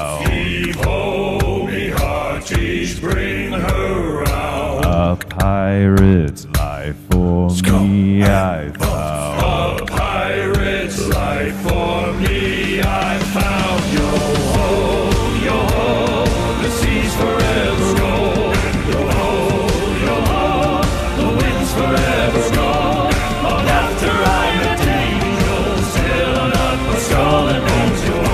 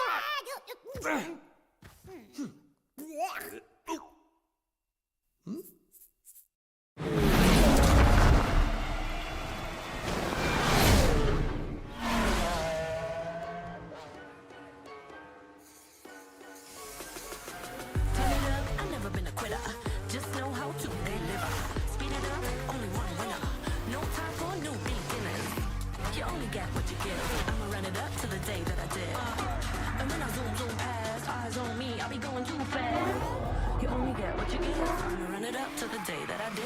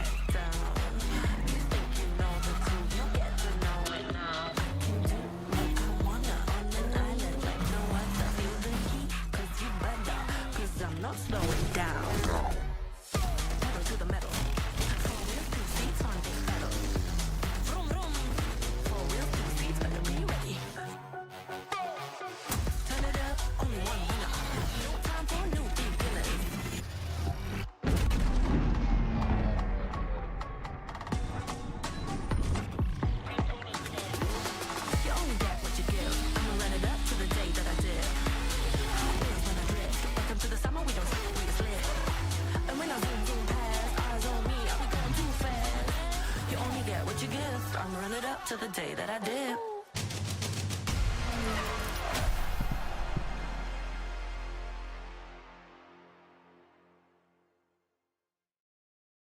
Thank you. Thank you. Thank you, guys. Thank you, everyone. 5 years ago, the Crew 2 took off. Now, each month, millions of thrill seekers just like you, are enjoying, playing, eager to see what's next. I am Stéphane Bellet, Creative Director of the Crew. Thanks. Hey. Today, at last, it is my pleasure to introduce the future of the Crew, Motorfest. Our own new take on the action-driving genre, a celebration for car lovers to share and experience car culture fantasy on the beautiful island of Oahu in Hawaii. No matter how you enjoy cars and driving, on your own or with your crew, Motorfest has something for everyone. Motorfest, your portal to a medley of high-octane experiences.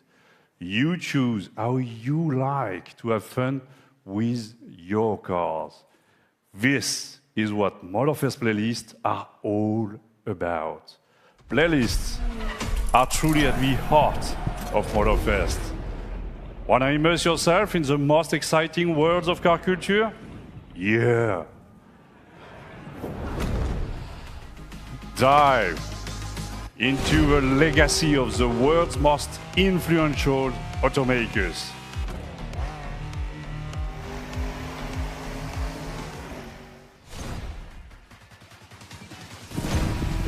Light up the night street racing scene, Japanese style.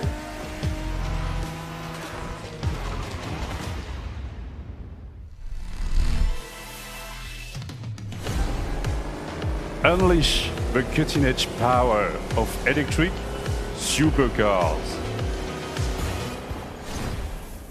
And this is just a taste. For the first time ever, we leave the US mainland behind. Our festival has landed in one of the most breathtaking and vibrant places on Earth, Oahu. Let's find out why Oahu is the perfect playground for driving fun. Race through the city street of Honolulu. Barrel up black ash-covered slopes.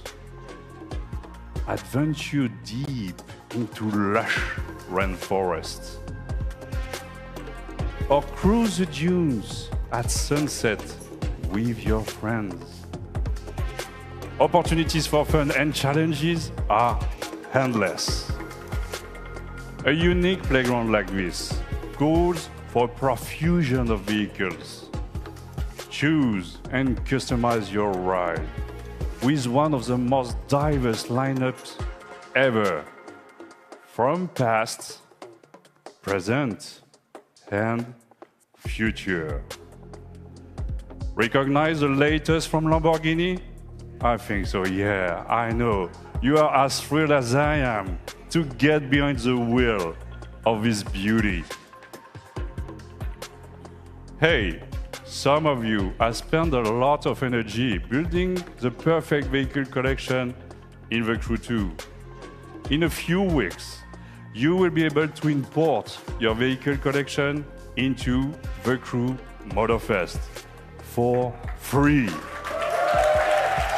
Thanks. So stay tuned for more news about the collection import and our complete festival program later this month during our summer showcase. Since the beginning of the year, thousands of players have tested the game and given us priceless feedback through the Insider program. Join the party, register now for a closed beta, and share with the world your experience in July. From the entire team at Ubisoft Ivory Tower, mahalo, thank you. Welcome to Motorfest. Enjoy the ride.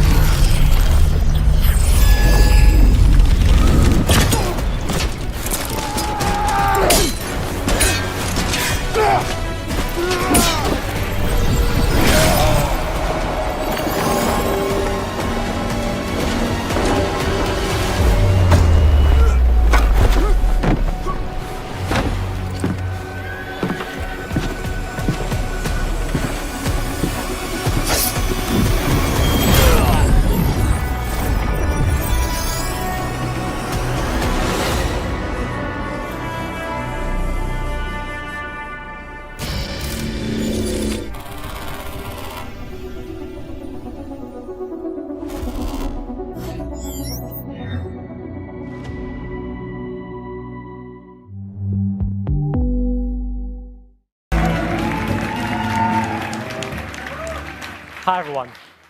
I hope you enjoyed that first look at this exciting new way to play Assassin's Creed.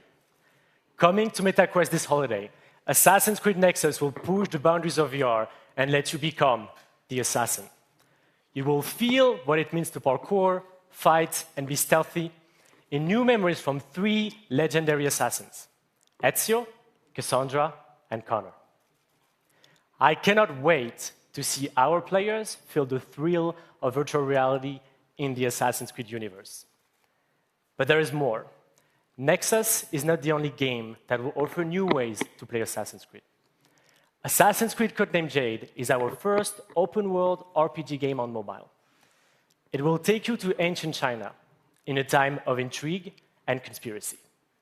In this brand new adventure, you'll experience the iconic Assassin's Creed gameplay for free, anywhere, anytime. I am glad to announce that you can register now for the upcoming beta. Here's a glimpse of what you can expect.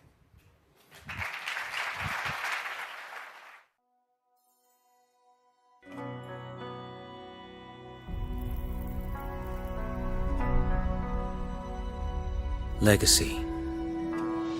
It's honoring those that came before us, learning from their triumphs and mistakes, to illuminate and hold their stories to the light for all to see. That inheritance of knowledge helps to guide and shape our future. Now it's your turn to build on those foundations and rise to even greater heights. To step out of the shadows and into a vast world, to make your own legacy.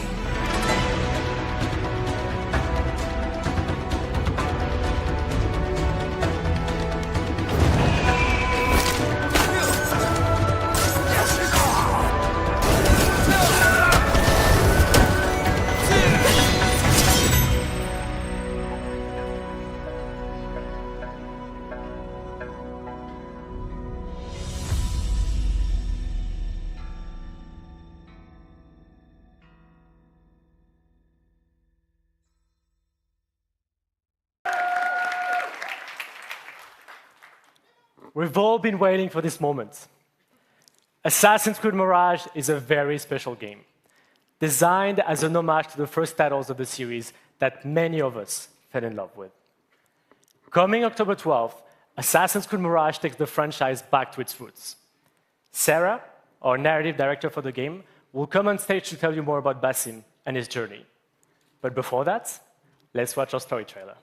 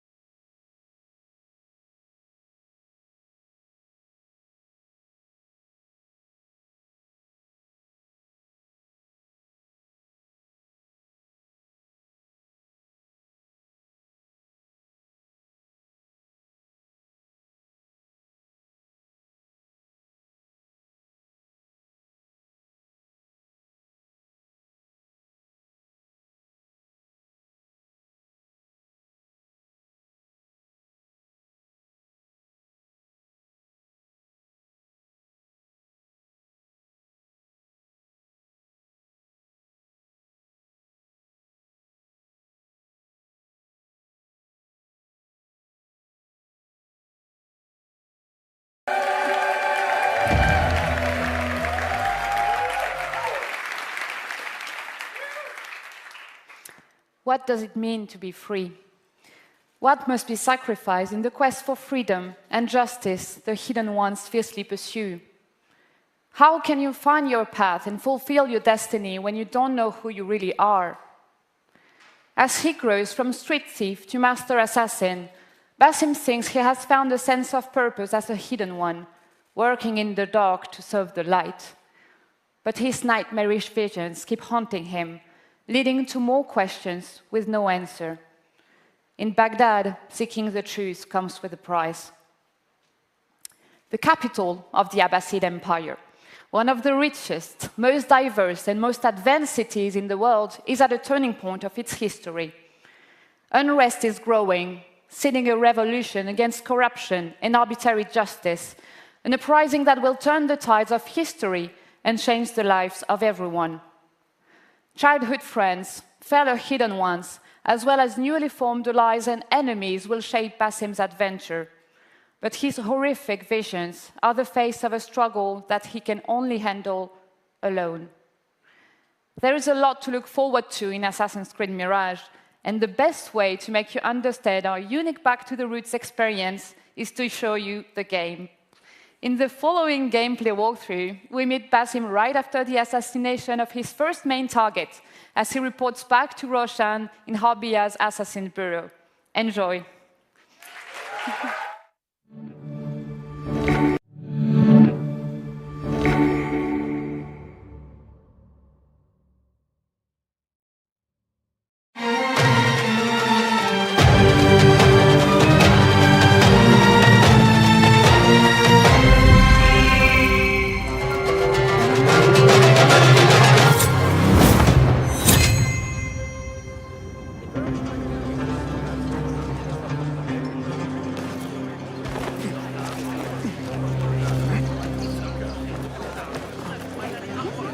There you are.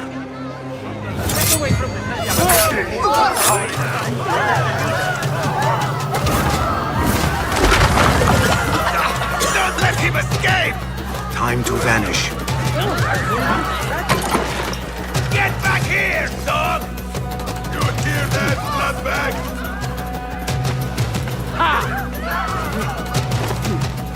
Stand and fight, you worm!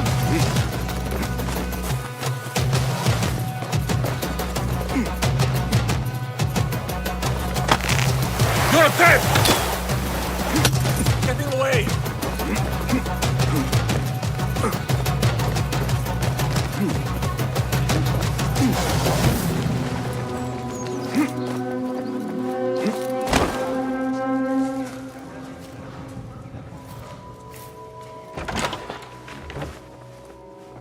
Alhamdulillah.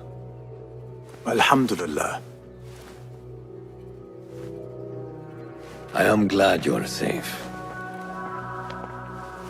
Alhamdulillah. A first of many achievements to come, Basim. We should only hope.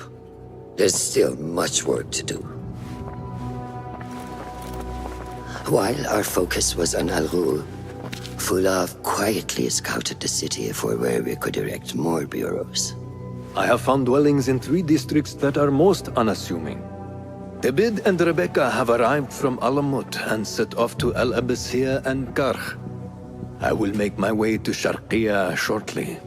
And I will join Rebecca in Karh, where corruption is as common as the arid air. See Abu Ja'far about some things he's been working on. Then come find us.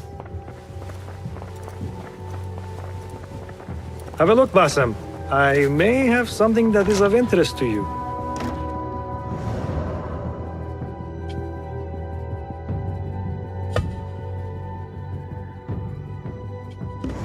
Resourceful as always. My thanks, Abu Ja'far.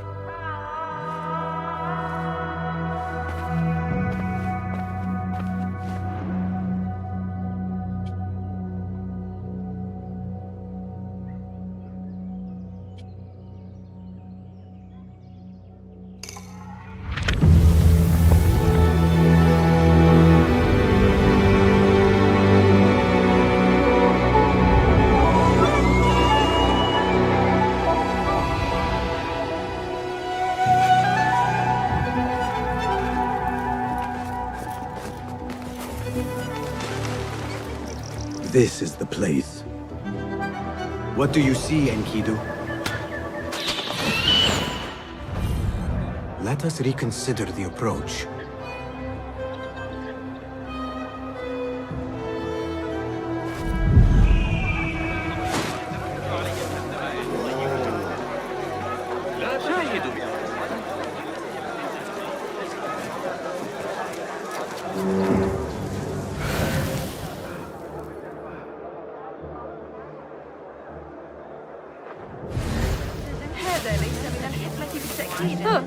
Act as usual. That guard who likes me said she and Ali's followers are trying to overthrow the prince. What madness! They will surely fail.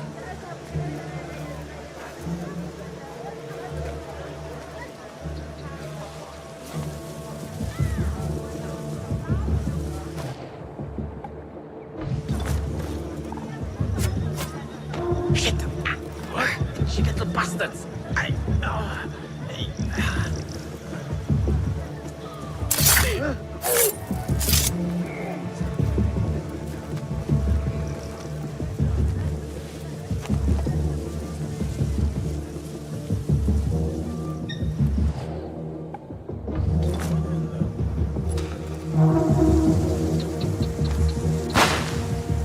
What? Hey! Die now!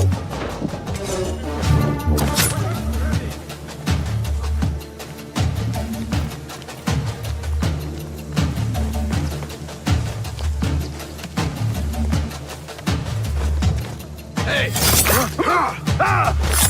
The sky is safe, my friend. Survey the area, Enkidu. There is my target.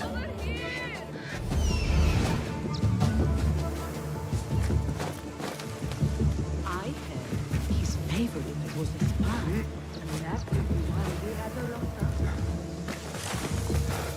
You learn your play!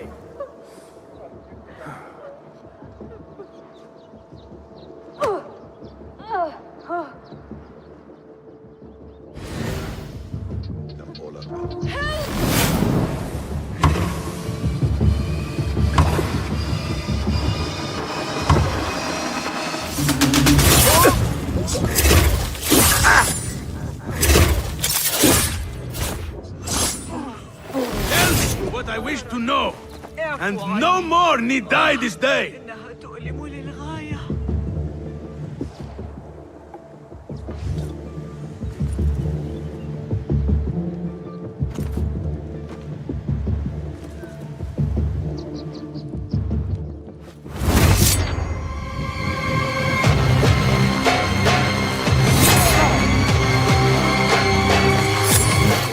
Thank you so much.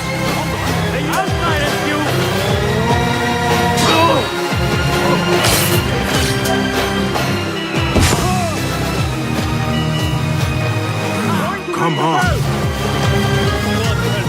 Idiot! Stop him! No!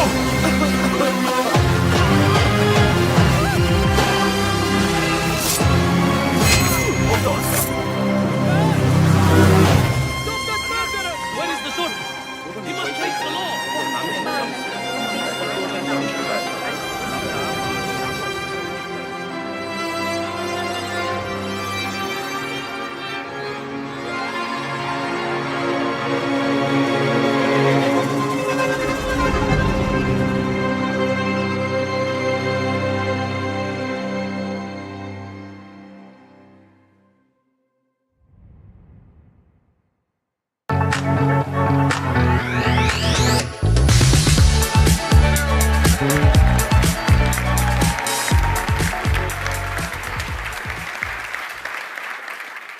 Hello, everyone. So first, I want to start by saying thank you to all gamers all around the world. It's thanks to you that we are here today. You are at the heart of everything we do. And to all Ubisoft teams around the world as well, I would like to say a big thank you.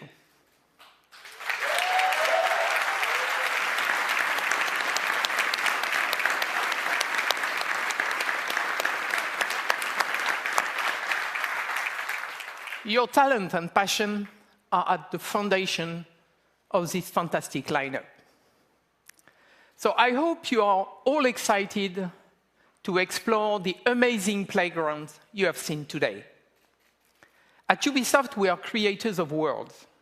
We are also proud to partner with some of the biggest names in entertainment to create original stories in beloved universes. Now, I am very happy to welcome Julian from Ubisoft Massive to give you a first look at Star Wars Outlook and gameplay. So thank you. Julian?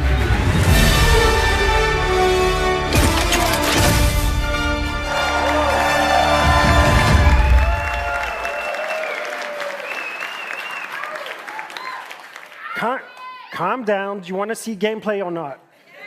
All right. Let's get over the speech and let's get to the gameplay.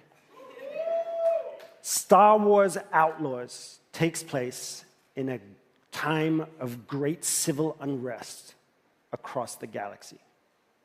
For some, this is a time of turmoil. For Outlaws, this is a time of opportunity.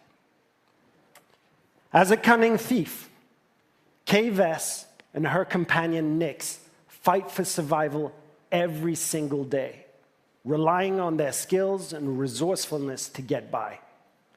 As they struggle to make ends meet, Kay and Nyx dream of the day that they will finally be free. But while seeking this freedom, Kay unexpectedly becomes one of the galaxy's most wanted. So to free herself from the bounty that follows her, Kay will need to pull off one of the greatest heists the Outer Rim has ever seen. As they navigate the underworld, caught between criminal syndicates and vicious, ruthless villains, Kay and Nyx will manage their reputation by taking on risky contracts and navigating complex relationships, all whilst avoiding oppressive imperial rule. Kay and Nyx's journey will take them across the galaxy through stunning, varied open-world locations and the wilds of space. One of these locations is Tashara, a moon that features windswept savanna and amberine canyons. Carved into Tashara's striking landscape, the city of Miragana serves as a central hive of scum and villainy. Kay and Nyx will encounter several criminal syndicates that learn that everything is measured in the value of influence, reputation, or cold, hard credits. This presents an abundance of opportunities and dangers for a young, ambitious scoundrel like Kay. On behalf of Massive in Sweden, along with Ubisoft Annecy, Barcelona, Bucharest, Chengdu, Milan, Montpellier, Paris, Shanghai, Toronto, and our amazing team at Lucasfilm Games, it's our privilege to present to you this first ever look at Star Wars Outlaws gameplay.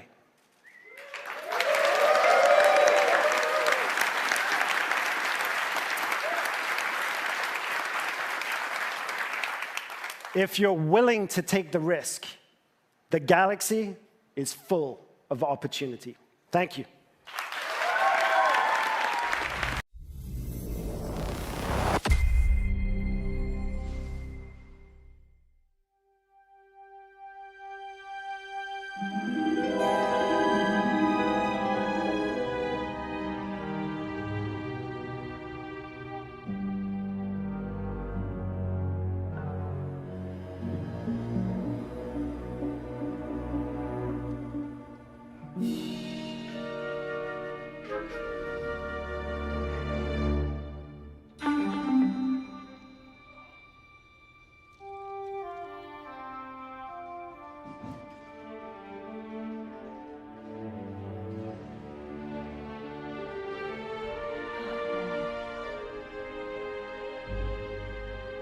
want that fighter stripped for parts by tomorrow.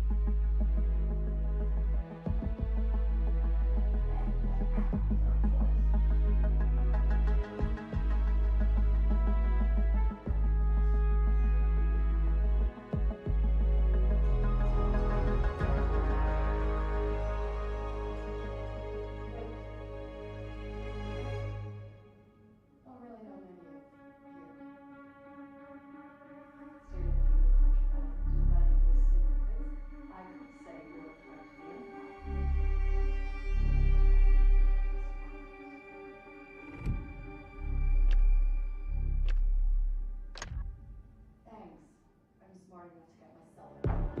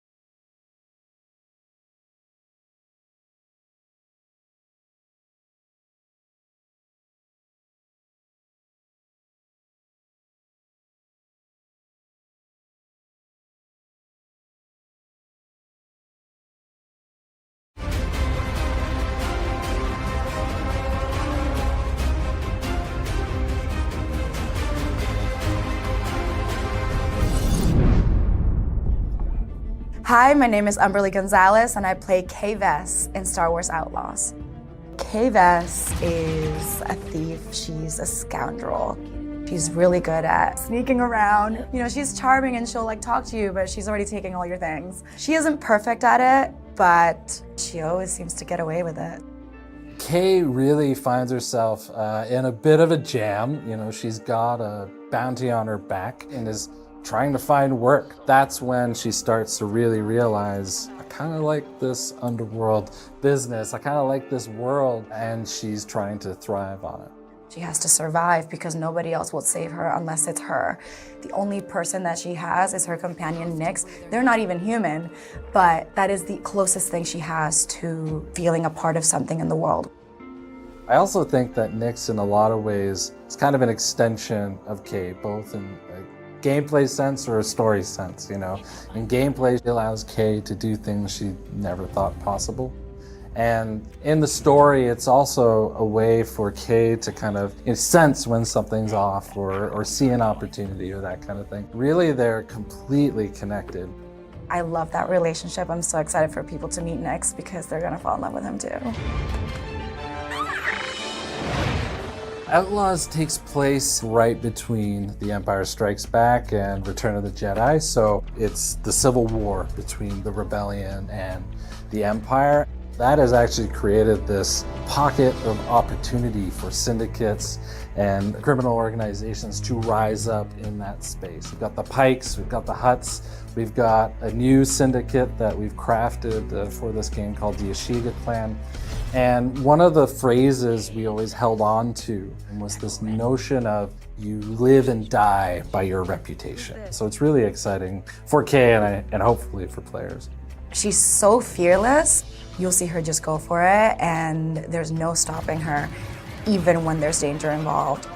Even when there's fear underneath it, she'll never let you see it. Not really. For a scoundrel story, you know, you really have to ask yourself, when is enough enough? How far is Kay willing to go to land that big score? And those are questions she's going to tackle through the whole story. We worked with Lucasfilm every step of the way in crafting the story, and they were an invaluable partner in helping us create and craft this thing. They were really embracing us with open arms in terms of, hey, we want to focus on the underworld, we want to focus on an outlaw navigating through that space, but we're sort of there to help guide and point out, like, hey, here's an opportunity you might not have looked at, or there's a character you might want to consider. So really, it was a partnership through and through. I feel like this is one of the biggest, if not the biggest franchise of our lifetime. The themes, like everything, has just been a part of our world. And for me and for the world of Star Wars, I know that people are gonna love this game, not just for how amazing the gameplay is, but like the story itself, to see a young girl become a woman and become an outlaw. What, are you worried? No. Umberly's energy, her humor, her wit, all of that really has kind of helped inform the character. She has a way of jumping between that matinee action, high stakes tone to shifting to really intimate, really personal performances that make you connect to Kay. Getting to bring my own heart and then mix it in with that confidence and her toughness and her charm and wit, it's really fun. It makes her very endearing, even though she's a very tough person. You won't make it off to Shara alive. Maybe. And yeah, it kind of feels like she was always meant to be Kay. She informs it in every way. I love bringing a character like this to life, and it's an honor, honestly, to be a part of this world. It's definitely a dream come true, and I'm still doing it, so literally like about to hop and do a scene right now. So it's all just exciting, and I feel now I'm really locked into the character. The team is amazing, and I feel very supported, and I'm happy that they found me, because I feel like I was meant to play this role.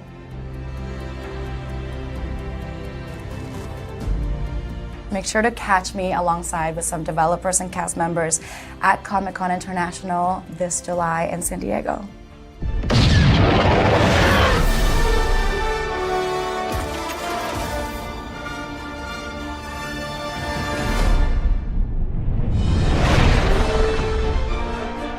Hello and and welcome to the Star Wars Outlaws official gameplay walkthrough breakdown. I'm Chastity Vicencio with Ubisoft News, and I'm joined by narrative director Naveed Kavari, creative director Julian Garrity, and game director Matthias Carlson, who are going to give us more information about what we saw in the gameplay walkthrough.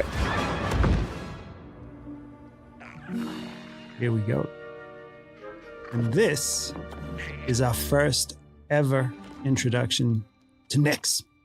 Nyx is a Merkal, a rare and exotic creature whose home planet still remains a mystery. He's got a very curious personality, as you can see here. He can be a bit stubborn, but he has an incredibly strong bond with Kay and always follows her lead. She's grown up with Nyx for most of her life. He's not just a pet, he's family. Good boy. And here we have Kay. First introduction to a brand new scoundrel in this galaxy. Kay is a young thief who's found herself on the moon of Tashara, which is a hive of underworld activity. She's picked up a high-risk job to steal a priceless, sort of mollusk-like object from a lieutenant of the Pike Syndicate. Once she's grabbed it, with the help of Nyx, she's going to turn it in and earn some much-needed credits. So Pikes are one of the syndicates that we'll be tangling with in Star Wars Outlaws. And the Pikes here are borrowing without permission some vehicles from the Empire and the Rebels and different people and cutting them up. Nyx.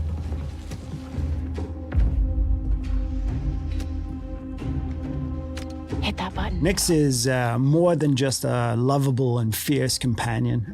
Nyx is a whole bag of tricks in and of himself. You saw him push that button from a distance. He can distract guards. He can attack on command. He can help you with puzzles. He can help you discover secrets as well. He is very much conceived as a symbiotic part of the player's control over Kay and Nyx. So we're really thinking of them together as a whole. I was just leaving. So when we meet Kay in the beginning of the game, she knows her way around the blaster. It's not necessarily her first option or primary tool to solve a problem or a situation.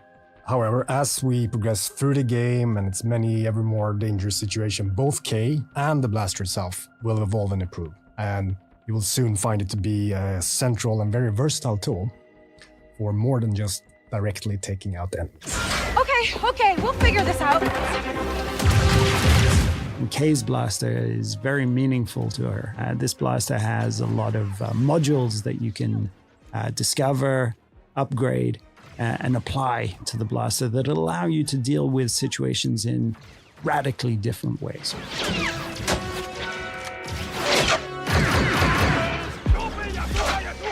Hey, Nick!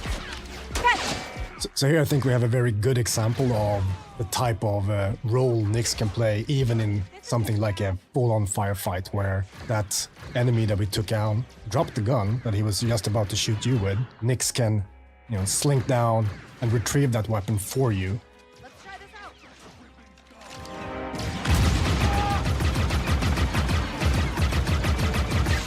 Dick Ferrick. Sometimes, best solution is just to get out of there. So ever since we kicked off this project in collaboration with Lucasfilm Games, one of the things that they were passionate about, of course, is authenticity. One of the things we were passionate about is bringing something to the galaxy of Star Wars. And one of the biggest things was this moon, Tashara. And Tashara we developed, working very closely with Lucasfilm, everything from its vegetation to the wildlife to its deep, rich culture, and all of the activities that we can discover during this trailer, and even more. These guys don't quit! One of the key pillars for both Kay the character and for the core gameplay in general in Star Wars Outlaws is what we call a resourceful underdog. Kay is a capable and daring person.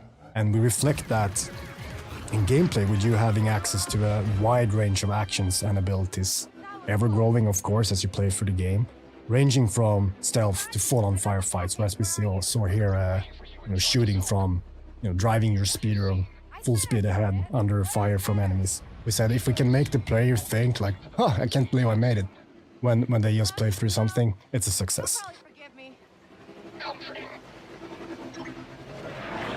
Kay's reputation with the syndicates will play a big role in how she approaches her journey, whether it's the Pikes, Huts, or others. We had a saying that in the underworld, you live and die by your reputation. As if a job she takes hurts a syndicate, those opportunities aren't available. So her choices play into how she experiences her journey. There's Jonta's Hope. This is Jonta's Hope. Jonta's Hope is one of the settlements that we have in the game. So this is a tiny outcrop, an oasis of civilization in these windswept plains. And it usually contains a drinking hole, a cantina, and these are hubs of activity too. So we very much enjoyed developing how it would look and feel and what sort of vibe that cantina would have. But this is just one of many settlements and cities that Kay will discover across the galaxy. And that includes the capital of Mirage, a city on Tashara filled with corruption and underworld activity. No. Okay. ND5 is a BX commando built by the Separatists and battle-hardened during the Clone Wars. Nowadays, though, he serves as kind of an enforcer droid in the underworld. He's partnered with Kay as they attempt to pull off a big, high-risk job. It's the opportunity of a lifetime. Not a friend. She can't be trusted. Who can out here? See you back at the ship. So various jobs and favors for the different characters and factions you encounter. They play an important role in everything from learning new things, actually unlocking equipment and abilities, to managing your precious reputation in the underworld, which is the key to some of the most lucrative opportunities out there. Important note though, something that's key to the fantasy of the free scoundrel lifestyle is that you're never in servitude of anyone. You're making your own choices, carving your own path through this world, making a name for yourself. Job was more complicated than you said, Dunka. You lived. Who she works for, whether it's with syndicates or otherwise, is crucial to creating a reputation for herself.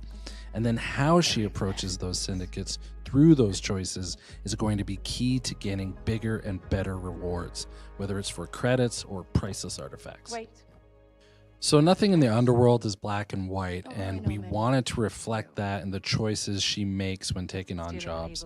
This is one example of many. Does she just hand over what was stolen, keep a cut for herself, lie about how the job went down or the intel she learned? It's really left up to her. In these scenes where we're going to give a choice to the player, and these choices, there is no wrong answer. There's just ways to weave your own story, ways to change, challenge, increase your reputation with certain factions and syndicates, decrease it, gain an advantage or a different perspective on the story too. So we put a lot of effort in giving the player agency over their own trajectory. So the game takes place in the original trilogy era. So the Empire is at the height of its power and reach. So they're always looming there, somewhere in the background, ever watchful. But as you can see here, we want to show a different side to the Empire and how it intersects with the underworld, and that means corruption. Particularly on Tashara, even though it's Imperial run, the local governors and officers lean into corruption and have worked out special arrangements with the syndicates that benefit them. So this is the wanted system, and the wanted system is something that's going to be ever present within the game. If you are caught or challenge the Empire, you're going to start to get wanted. And if you continue, you persist, and you do even more actions, that wanted level's just going to go up. At the highest levels, the Empire will throw a huge amount of resistance and forces in your way. So that's something that you can play around with, but you're best off trying to avoid as much as possible. Very important for us in this experience is that there will always be some way for you to de-escalate or escape. Oh, this is the Trailblazer. Now, if there's one dream that a lot of game developers have, it's to help design a spaceship for Star Wars. And this is our take on that, the Trailblazer. The Trailblazer is an EML 850 light freighter from the Republic era, but to Kay, this is home. And if you're a scoundrel traveling throughout the galaxy, the first thing you need is a ship. And for Kay, there's none better than the Trailblazer. So now we're in space. And, you know, one of the things that was very precious to us is having this seamless experience of going on foot to your speeder, to your spaceship, out of the atmosphere and into space. And space is a dangerous place, but it's a place full of opportunities too. So we'll be using it for combat, both on an intimate dogfighting level, an epic level with bigger ships, but also for discovery, exploration, and special surprises. Let's jump! It's important to hit those classic, iconic notes of Star Wars to remind players of the era that they're playing in, and the fact that the galaxy is something that is wide, diverse, but iconic at the same time. One of the things that is important for us is that every planet that you will visit in this adventure has a distinct profile. Not just a very bespoke story, but also wildlife, an ecosystem, and situations that really radically change from location to location. And space is just another part of that. So we're trying to develop distinct profiles for every single orbital region.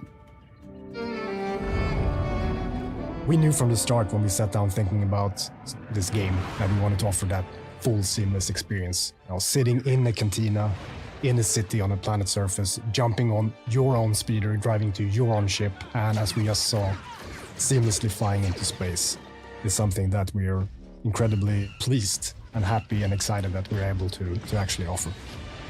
We really enjoyed making this, and we can't wait for you to experience a new Star Wars adventure.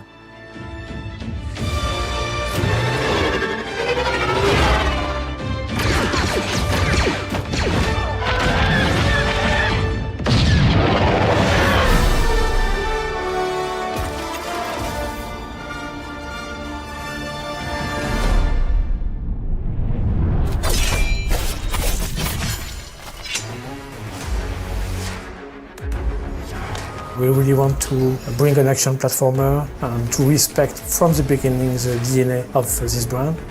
Of course, this new entry could be super modern, super fresh. And I think this is the reunion of those two things. Our expertise in platforming games and our strong desire to be sure that this is a true Prince of Persia game. Combat system, acrobatic, puzzle, narration. So we knew that because of our experience on Rayman, that we can bring such kind of experience in 2D, but the core experience is a Prince of Persia game.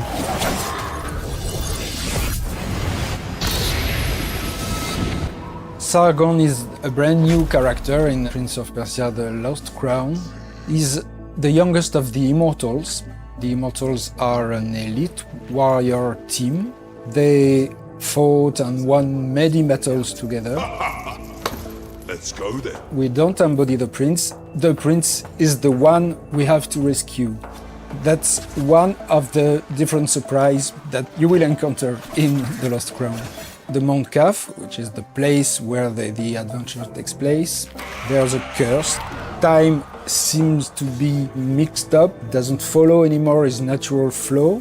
The story that one character will live will be different in terms of timeline than the story of his friend. So sometimes the consequences and the causes are mixed up. How is that possible?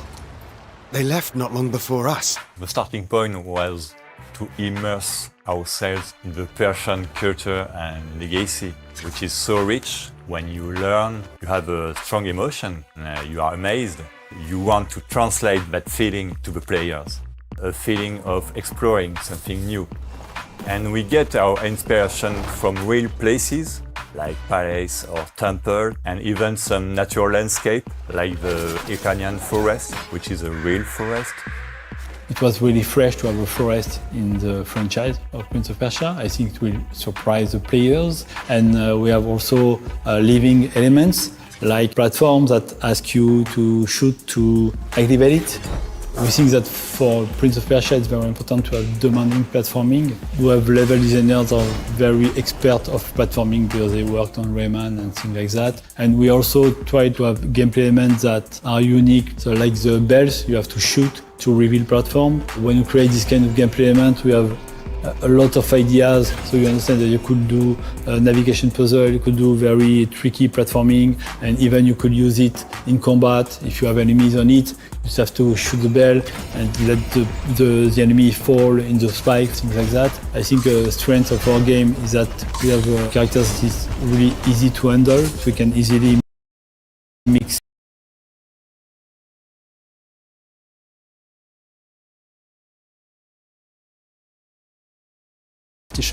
I see a half and quarter and whole everywhere. And that was something that we use a lot for the platforming and combat. You know,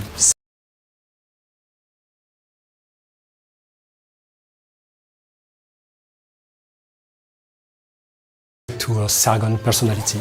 He's like inventing his own movement. So it was really important to have the same approach between the way he's moving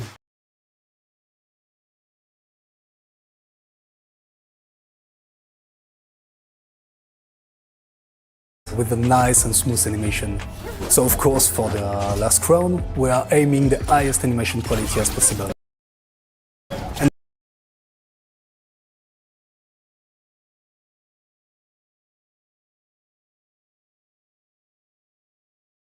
the way to animate without motion capture, you create everything actually. You just take the puppets, design.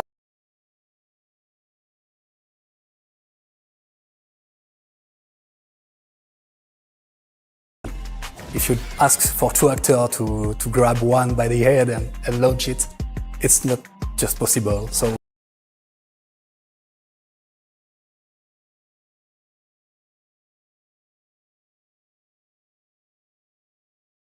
cleverness and autonomy, to be sure that our players feel free to decide what is their next objective.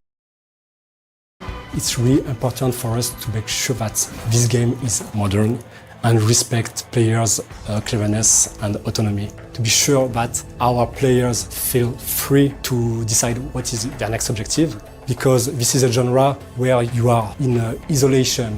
This is a feel that you had in the first Prince of Persia. So it's very important to always give information to players. Sometimes it's obvious, like big gating and the big landmarks. Sometimes it's been more subtle. It lets the player discover the consistency of the world and how everything is connected. What we have developed is a lot of things. A new lore, new characters, a new combat system, a new art direction, a new narration. So it's something very important to say that this team has made a wonderful job on still working hard to bring the top quality game. Very important to talk about them.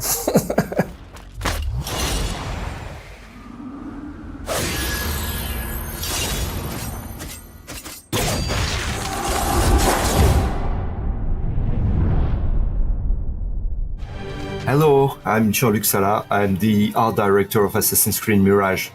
Hi there, I'm Stéphane Boudon, creative director on Assassin's Creed Mirage, and today we are going to walk you through our most recent trailer. Welcome to Baghdad. This is our first glimpse of this vibrant city. We are in the 9th century Middle Ages, and as you can see, it's a dusty and sunny city as expected. But it's also a garden city with a lot of flowers and palm trees. So Basim is heading back to the bureau. In the way, he stumbles on a specific target he has to kill, so he will take this opportunity to make the assassination. But he will quickly get into trouble. Yeah, and as we can see, we can already distinguish our first regular enemies, which are the Caliphal Guard, the guys in red. You're going to meet a lot of them. In the game, we encourage you to flee and to vanish. Basim is a glass cannon character, and this scaffolding ingredient is really one of the ways players have to get out tight situation like that. This is a water city. It's unexpected. Many people think it's just dust and sand. We can see now corner swings, good old vibes from previous AC games. The first AC games, we are a love letter to the very first one.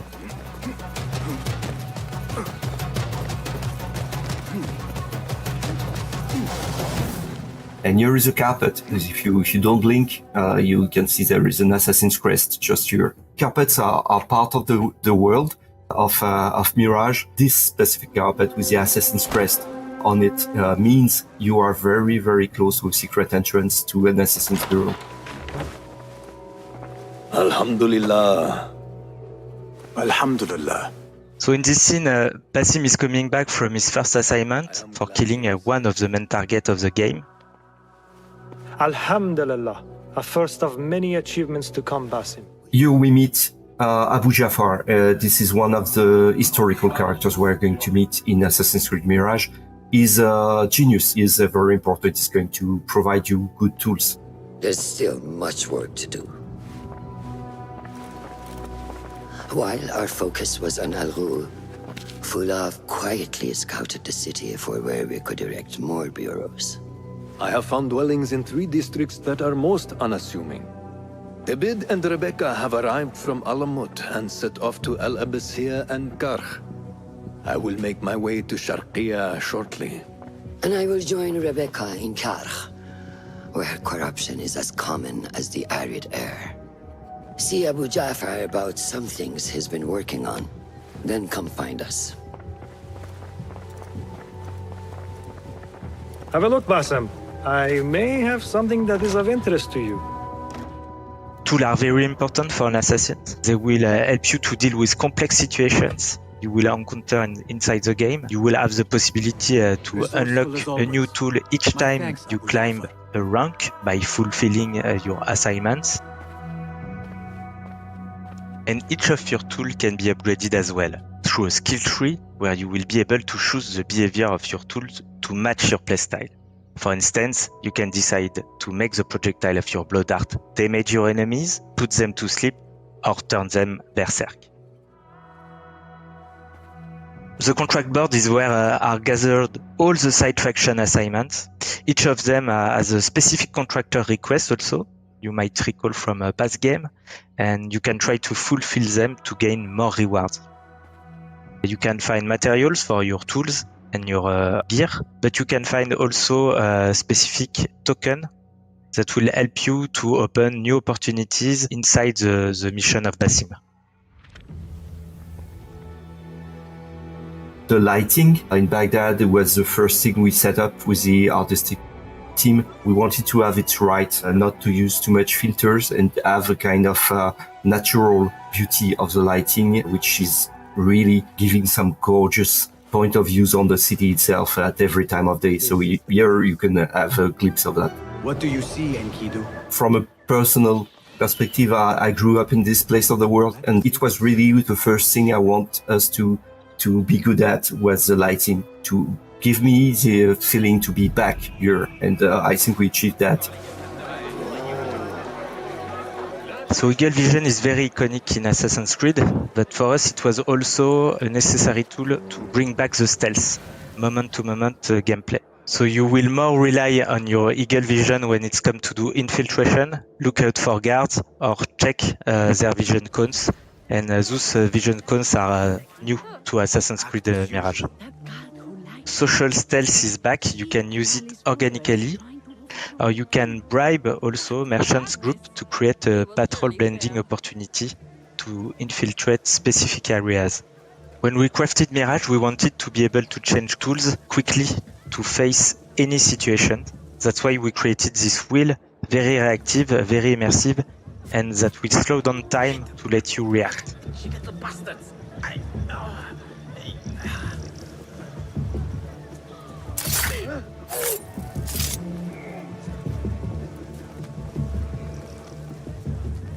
Here is a marksman above the tower, and it's why we cannot use Enkidu, so we will need to get rid of him.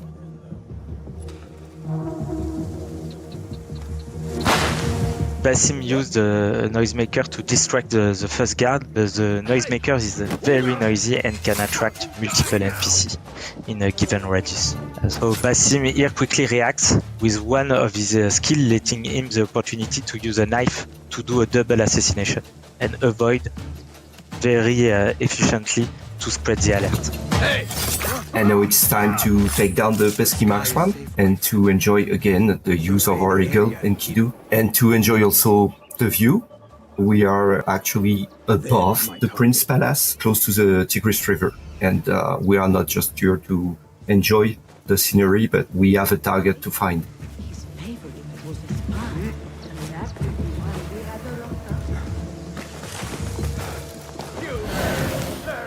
And here it is.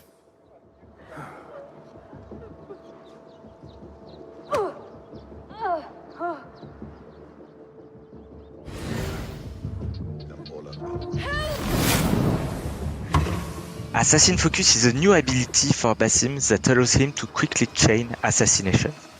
It's really a showcase of Basim's incredible agility and mastery.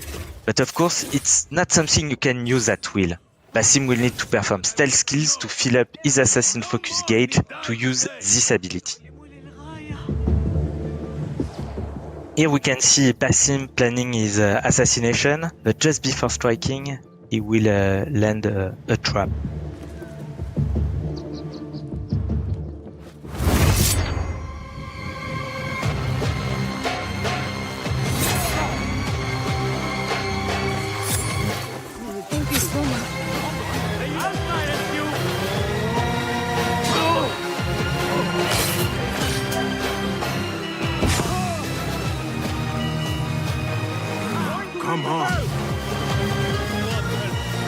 Here comes the ND red smoke bomb. I love the color. That's my favorite tool.